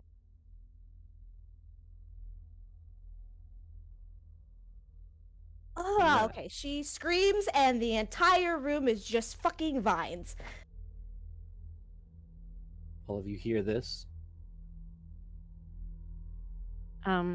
Yeah, Rian would I mean, immediately yeah, go get up and sprinting. sprint to the Floor room. is barred with the biggest fucking tree you could ever imagine, just in the middle of the room. Yeah, Rian's gonna like bust the door down. like, Okay. So as you all attempt to bust the door down, Yrsa, you are left this vision conversation with Oberyn. Tomorrow, you attack Castle Blackmore and hopefully put an end to all this. Seemingly that Oberyn is still trying to play his mind games for what seems like an inevitable end. And that is where we're going to end the session. Woo! oh, he. That was really good. That was really good. John, you play a great villain. I'm so sorry. No, Rumble, rumble. I like that, Kayla. man, Kayla, were you crying? Cause like I was not, Yes. but like kind of. Yes. Okay. I'm sorry, Kayla. I think Oberyn sucks. He does. Sounds like a bitch. We should kill him. We should. So, thank you guys for watching. We will see you next week. Welcome to the game and team Felicity. She's like halfway in. She's Halfway, like, yeah, I'm we're doing- here. We'll see Yeah. if she stays around. Yeah. She Yeah, gets there's the a lot kill of- draw on Trial Oberyn. period. She's immediately instant Oh yeah, party member. fucking indoctrinated. Hell yeah. She's Indoctrinated. No, we kick her out. We go, that Yeah. wasn't yours. You stop that. You If you kill want to be filler. with us, you gotta know what's yours and what's not. All right. Thank So- you guys for watching. Joe? Yes, tune in on this Saturday for the continuation of the Isles of Avarion, on Sunday for Buried Time, and next Tuesday for the continuation of the Adventures of the Salamander Coaster, next Wednesday for the continuation of the Tales of Evrand. Thanks for watching, and we'll see you next time.